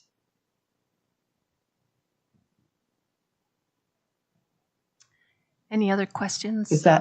Comments from the board? I think it's pretty straightforward. Appreciate all the work that goes in there, and I know there are always parents interested in finding out who sets the calendar and change it right now. So I think just the fact that we do it for 3-year intervals is important to know too, for people to be able to plan that way. But so board, any other questions, comments? No? And thank you so much. Appreciate it. All right. Thank you all. Have a good evening. Good night. All right. So for the last item on our agenda, the board will receive a preview of the November 14th consent agenda. As a reminder to the board and our listening public, Superintendent Dorland will be providing a preview of items for board action anticipated to appear as individual action items or on the consent agenda at our regular meeting next week. So I'll now hand it over to Superintendent Dorland. Thank you, President Parker. I think this is going to be quick because we've studied a lot of these things. So the first thing on the agenda will be the approval of monitoring report 1.3 and 2.1. 1.3 is all about evidence-based instructional materials, and 2.1 is about high-quality professional development. The board studied these 2 draft monitoring reports last week on November 1st, so you'll recall that meeting, and we will be publishing those all of these materials, though, on Friday. The third consent agenda item is approval of the monitoring report EL08 for the school year calendars that you just studied this evening. Approval of the real estate purchase and sale agreement for the 3 properties that you studied this evening. And I have noted that in the materials for the Glennon Heights Elementary School per Dr. Varda's request and the board's interest, we will be including some pre-K enrollment for both the school that is proposed to move into that building or purchase that building, as well as the schools around that area. We have some supplemental funds notifications that are funds you approve on an ongoing basis as we receive revenue from grants.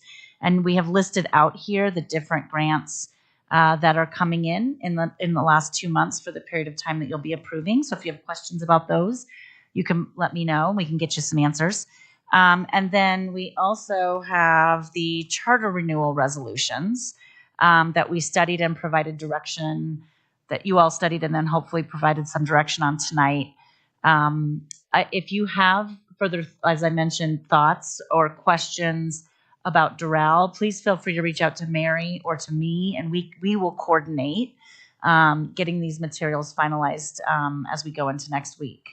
And then we have a chiller replacement that we want some contract approval on for Dakota Ridge High School, so that when we do start still in August, they can actually be cool and not too hot. So.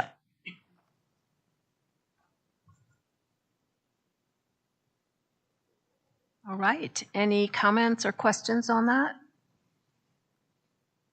Good. I look forward to it. So that brings us to the end of today's agenda. We will stand adjourned. Our next scheduled meeting of the board is regular meeting scheduled for 5 p.m. on November 14th here at the Ed Center. Good night and safe travels.